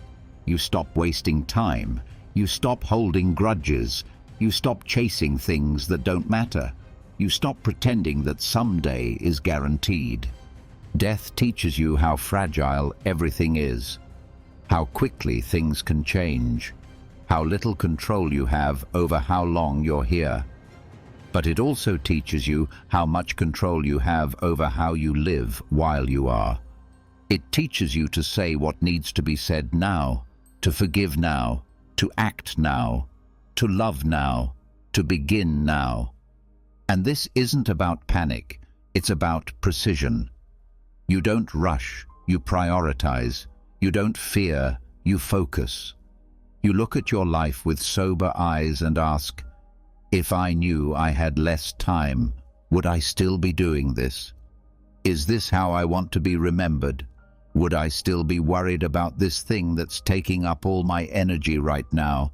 When death becomes your teacher, you become more alive. You realize most of what bothers you doesn't matter. Most of what you chase won't fulfill you. And most of what you avoid is exactly what would give your life meaning. The Stoics used death not to shrink back, but to sharpen forward. They didn't avoid the thought of their end. They welcomed it into their daily awareness, not as a shadow, but as a light, as a reminder of what's real. Because once you accept death, life becomes clearer. You stop needing everything to be perfect. You stop clinging to control. You start focusing on what you can give, not what you can collect. You start becoming someone who is ready, rather than someone who is numb. Seneca said, "Let us prepare our minds as if we'd come to the very end of life. Let us postpone nothing." That's the discipline, not fear of dying, but fear of never having truly lived. So every morning, whisper to yourself, I may not get another one of these. And every night, ask yourself, if today was the last, would I be proud of how I showed up? This isn't dark. This is light. It's the most honest way to live, with nothing wasted, nothing taken for granted, and nothing left unsaid. View death as a teacher, not a threat, because the end of life is what gives every part of it meaning. Number 44. Use humiliation as an upgrade. You will be embarrassed. You will fail publicly. You will be underestimated, misjudged, called out, laughed at. People will point. They will talk. You'll say the wrong thing, forget your words, drop the ball, fall flat. It's part of life. But here's the Stoic twist. Humiliation isn't the end. It's the beginning. The average person avoids embarrassment at all costs. They shrink, they hide, they play it safe. Their pride is too fragile to risk being seen as weak or wrong. But the Stoic? The Stoic turns humiliation into fuel. They see it for what it really is. A mirror, a lesson, a sharpening stone. Seneca wrote, "What fortune has made yours is not your own." Reputation, status, image. These things are fragile, temporary, and easily shattered. So when they break, when your pride takes a hit, the Stoic doesn't fall apart. They upgrade, because in humiliation, you are being stripped of ego, of illusion, of the belief that you're untouchable. And that's not failure, it's freedom. When you have nothing to protect, you are free to grow. So what if they laughed? So what if you were rejected? So what if you said the wrong thing? Did it kill you, or did it simply expose a part of you that still needs work? That's where the Stoic lives, in that exposure, in that discomfort. They don't run from it, they use it. You made a mistake? Good. Now you see where you lacked clarity. You were embarrassed? Good. Now your ego has a dent, and that dent lets the truth get in. You were corrected in public? Good. Now you'll remember to sharpen your thinking before you speak. Every time you're humiliated, you're being invited to harden your armor, not by hiding, but by refining. You learn to laugh at yourself. You learn to stand tall in awkwardness. You learn to respond, not react. You learn to let go of needing approval. And with every one of those lessons, you level up. Marcus Aurelius didn't defend himself in every moment. He didn't chase appearances. He stayed rooted in his character, even when others questioned him. Why? Because truth doesn't need permission, and strength doesn't need applause. Use this as a rule. If it humbles you, it can upgrade you, but only if you're willing to see it that way. Don't turn humiliation into self-pity. Don't waste it by blaming others. Sit in it. Let it sting. Then ask, what part of me was exposed? What fear did this touch? What can I learn here? What will I do differently next time? This is how you build something real, not by avoiding the fall, but by standing back up, smarter, calmer, clearer than before. So the next time humiliation finds you, and it will, don't resist it. Receive it. Let it teach you. Let it challenge your pride. Let it remind you that growth doesn't always look graceful. Use humiliation as an upgrade, because what breaks your ego can build your character if you let it. Number 45. Decline what flatters you. Flattery feels good. It strokes the ego. It makes you feel seen, admired, powerful. But the Stoic doesn't fall for it. The Stoic doesn't let praise shape their identity.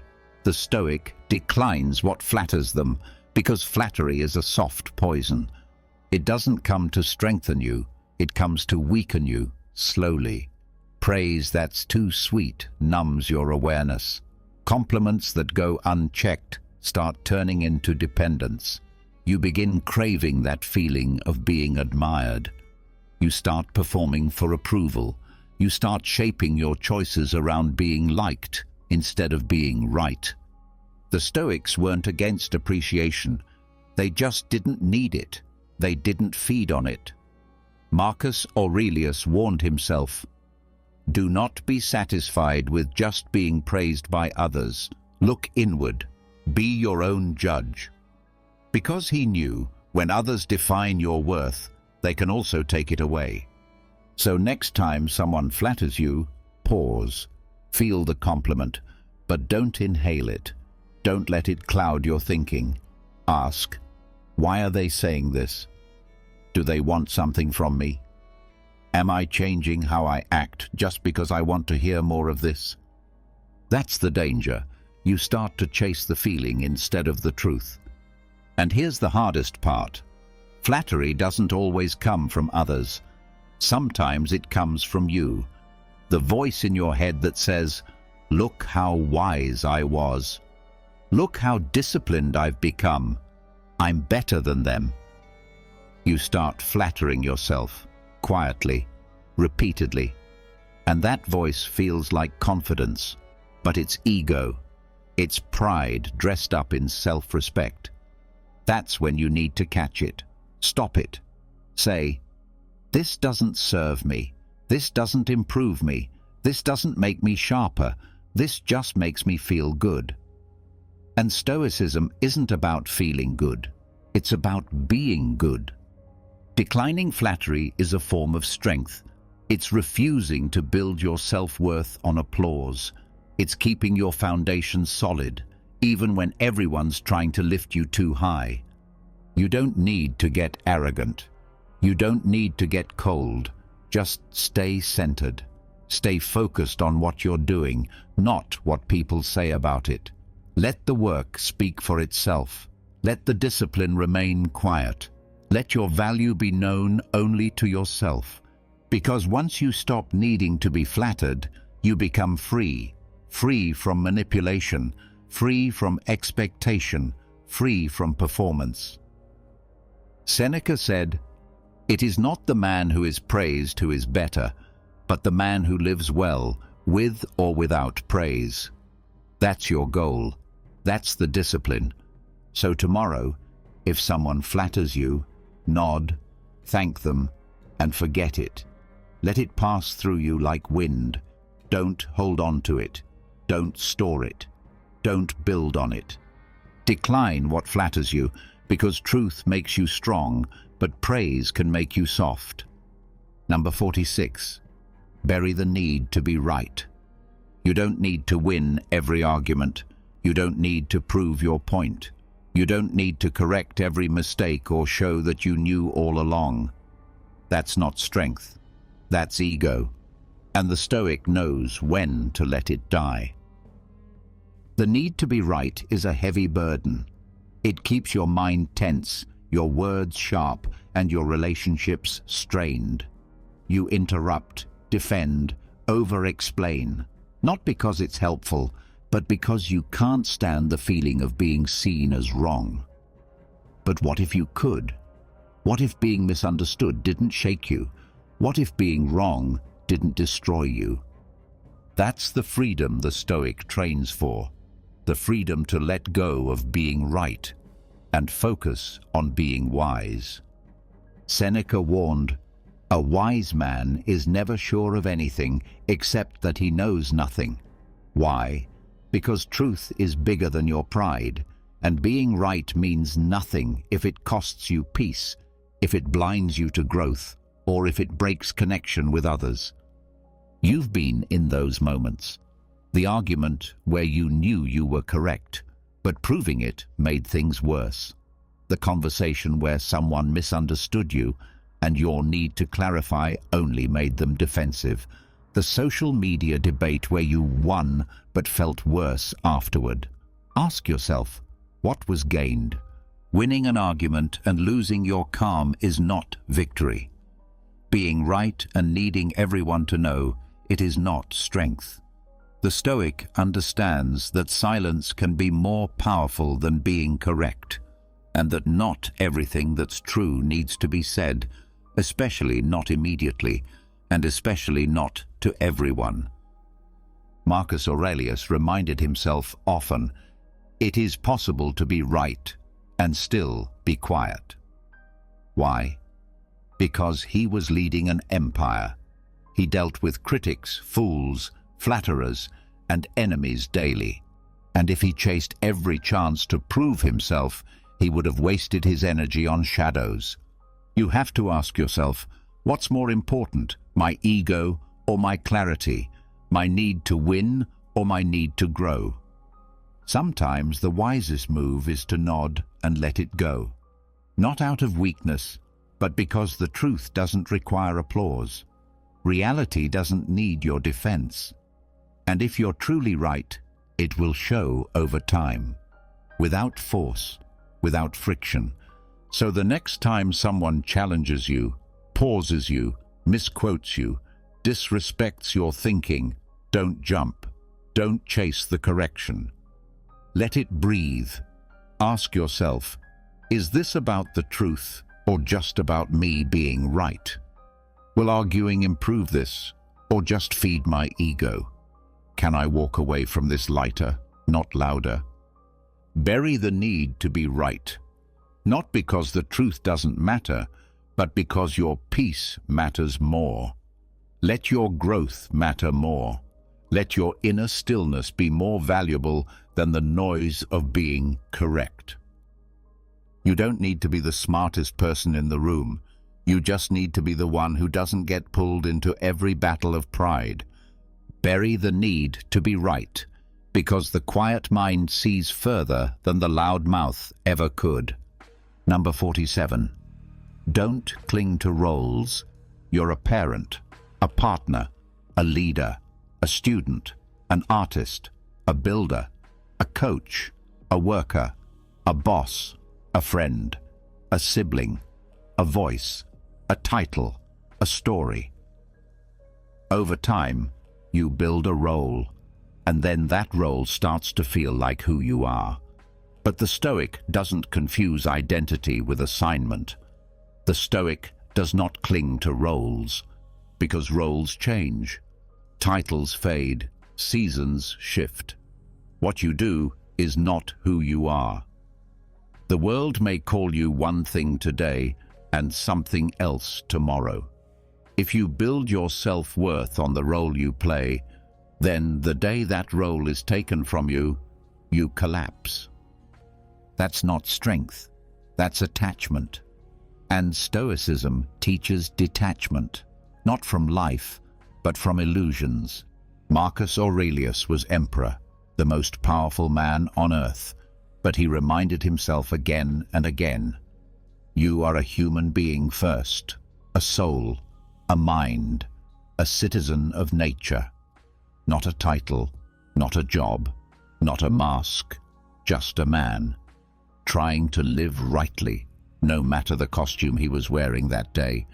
So ask yourself, if I couldn't be this role anymore, would I still know who I am? If the job ended, if the praise stopped, if the spotlight dimmed, would I still stand tall? Clinging to roles is dangerous. You start protecting the identity instead of the truth. You stay in positions that no longer serve you. You ignore the signs of growth because you're afraid of what you'll lose. You become loyal to the image even when the soul is asking you to move on. The Stoic sees every role as temporary, borrowed, useful but never defining. A role is something you use, not something you are. Be a great parent, but don't use that role to avoid growing on your own. Be a strong leader, but don't believe your power makes you more important than others. Be a top performer, but don't think your productivity defines your worth. Be passionate about your work, but know that when the role ends, your value doesn't. You are the one behind the role, the one showing up with virtue, patience, courage, reason. Those are the things you can never lose. That is your true self. So let the roles come and go. Let them evolve. Let them rise and fall with life. Don't panic when the world asks you to change. Don't grip a title so tightly that it becomes a cage. And when it's time to step out of a role, do it with grace. Thank it. Learn from it. Then let it go. Seneca said, whatever can be removed can be taken from us. Only virtue stays. That's your anchor, not the labels, not the costume, not the praise. Just who you are when all of it is stripped away. Don't cling to roles because your soul is worth more than any title it temporarily wears. Number 48. Keep a disaster dry run journal. Most people live in quiet fear of loss, failure, change, embarrassment, pain. They don't talk about it, but it's there. Running in the background, driving decisions, controlling habits, whispering worst-case scenarios into their minds. And yet, when the disaster actually comes, they're shocked. They break down because they never trained for it. They hoped it wouldn't happen instead of preparing for when it would. The Stoic does the opposite. They rehearse disaster on purpose, and not just in thought, but in writing. This is your tool, the Disaster Dry Run Journal. A place where you don't just imagine the worst, you walk yourself through it, line by line, thought by thought. You don't run from the fear, you dissect it, you plan around it, you prove to yourself that it's survivable. Seneca called this premeditatio malorum, the premeditation of bad things.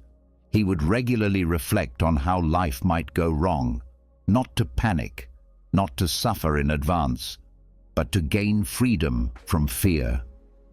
He knew that what we fear most isn't usually the event itself, it's the surprise, the unpreparedness, the myth in our minds that says, I couldn't handle it. So write it out, not with panic, with precision. Ask, what am I afraid of? What would actually happen if that fear came true? What would I lose? What would I still have? How would I respond on day 1, day 5, week 3? Who could I lean on? What would I rebuild first? When you do this, you drain the fear of its power. It stops being this undefined shadow in the corner of your mind. It becomes a scenario, something you've seen before, something you've already met on paper. You fear losing the job. Write the dry run. You fear the breakup. Write the dry run. You fear public failure, rejection, sickness, financial loss. Write every part of it down. Map it out, sit with it, and you'll see something. It won't kill you. It might hurt. It might shake you, but it won't own you. Not anymore. Marcus Aurelius reminded himself daily that he would face pain, discomfort, betrayal, and death. Not because he was dark, but because he wanted to walk into life awake, not asleep in hope. And because of that, he could meet hardship with calm, not confusion. This journal is not a negative habit. It's not pessimism. It's resilience training. Quiet, internal, practical. It makes you anti-fragile. While others hope nothing goes wrong, you're preparing to remain steady when it does. And sometimes, you'll find that the thing you feared is actually small, manageable, silly. It only had power because you never looked at it fully. So keep the journal. Not every day, just regularly. Keep it simple, 1 page per fear. Walk yourself through the fire before the flame ever touches your skin. Then, when life hits, and it will, you'll be ready. You'll say, "I've seen this before. I trained for this." And instead of reacting, you'll respond. Instead of panicking, you'll move.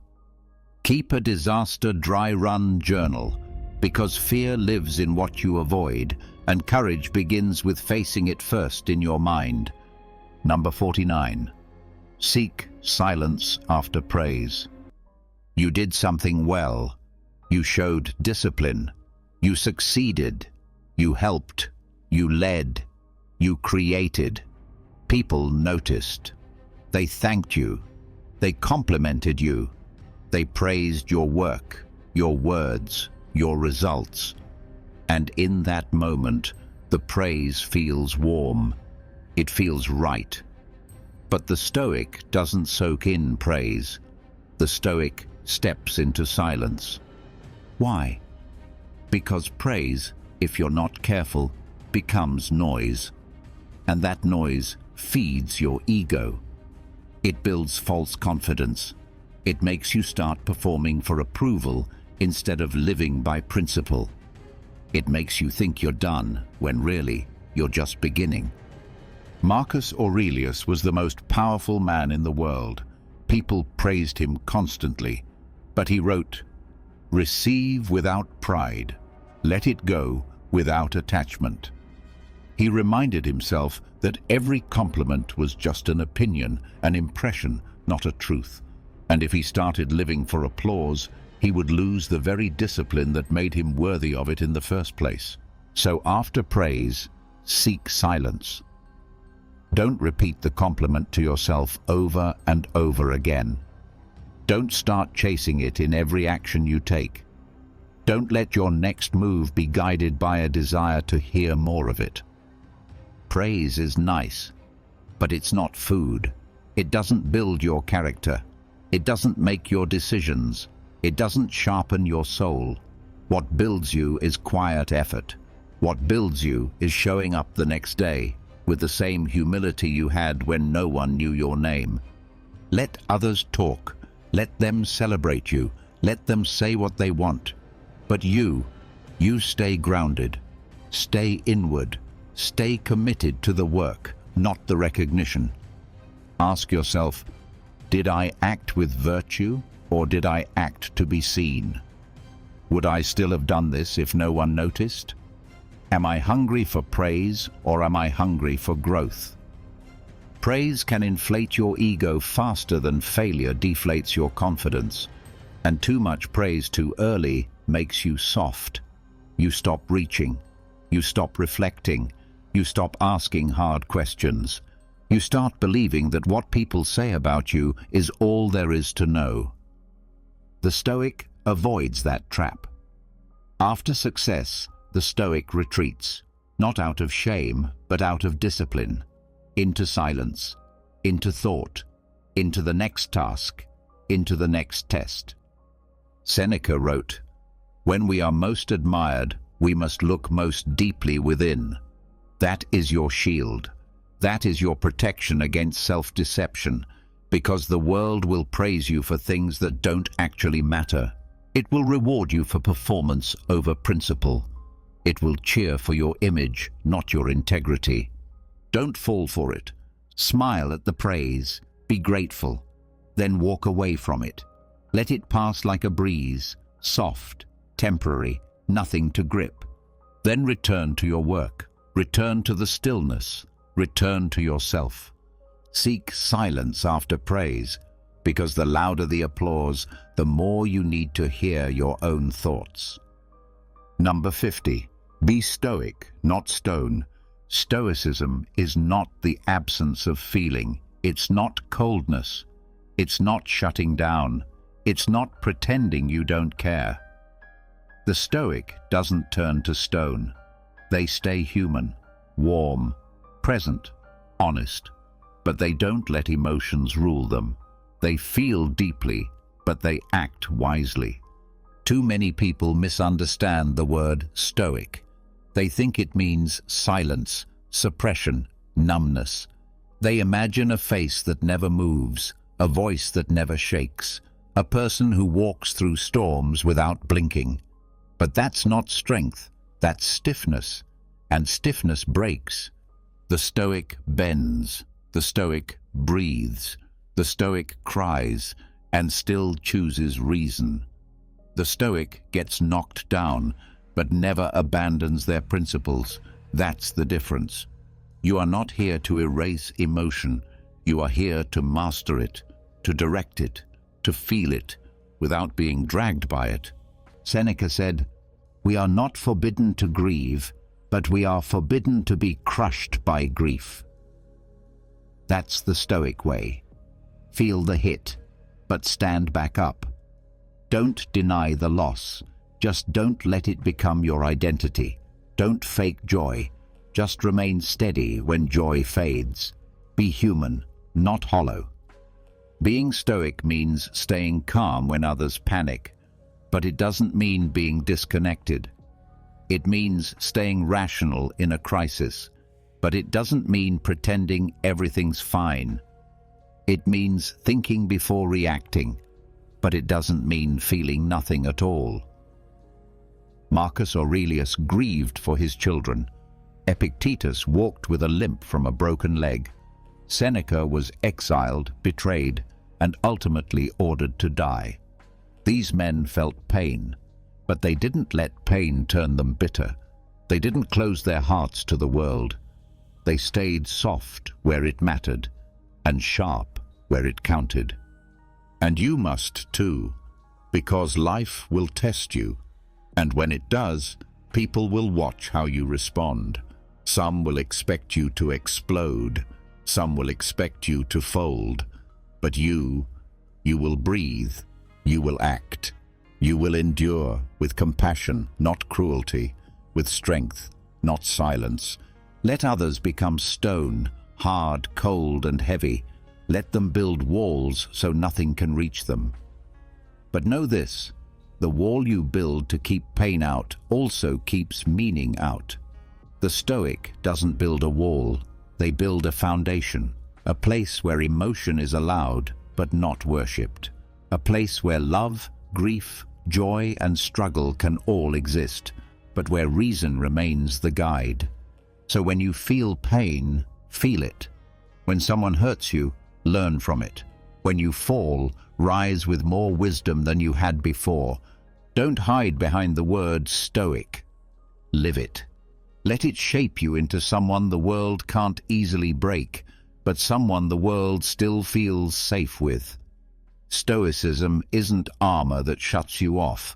It's a compass that keeps you steady in the middle of the storm. Be stoic, not stone, because strength isn't about feeling nothing. It's about feeling fully and choosing your response anyway. You've just walked through 50 Stoic lessons, each one a weapon, a shield, a quiet truth to help you stop making the same mistakes. These weren't fluffy quotes or surface-level tips. These were tools. Tools for living with discipline in a distracted world. Tools for choosing clarity over chaos. Tools for not messing up your life. Not because life is easy, but because now you're prepared. From delaying judgment to mastering the short reply. From facing fear with logic to turning humiliation into growth. From saying no with kindness to waking up with purpose. You've now seen what the Stoics really practiced. Not coldness, but control. Not silence, but restraint. Not emotionlessness, but emotional intelligence. Now the question is, what will you do with it? So here's your challenge. Comment below with the lesson that hit you hardest, the one that made you pause, the one you're going to apply starting today, not next week, not someday, today. Write it down, not for us, but for you, because what you write, you remember, and what you remember, you live. And if this spoke to you, if something in you shifted, subscribe to the channel, because this is just the beginning. More truth, more fire, more real tools coming your way. No fluff, no noise, just clarity. Stay sharp, stay grounded, and most of all, stay stoic.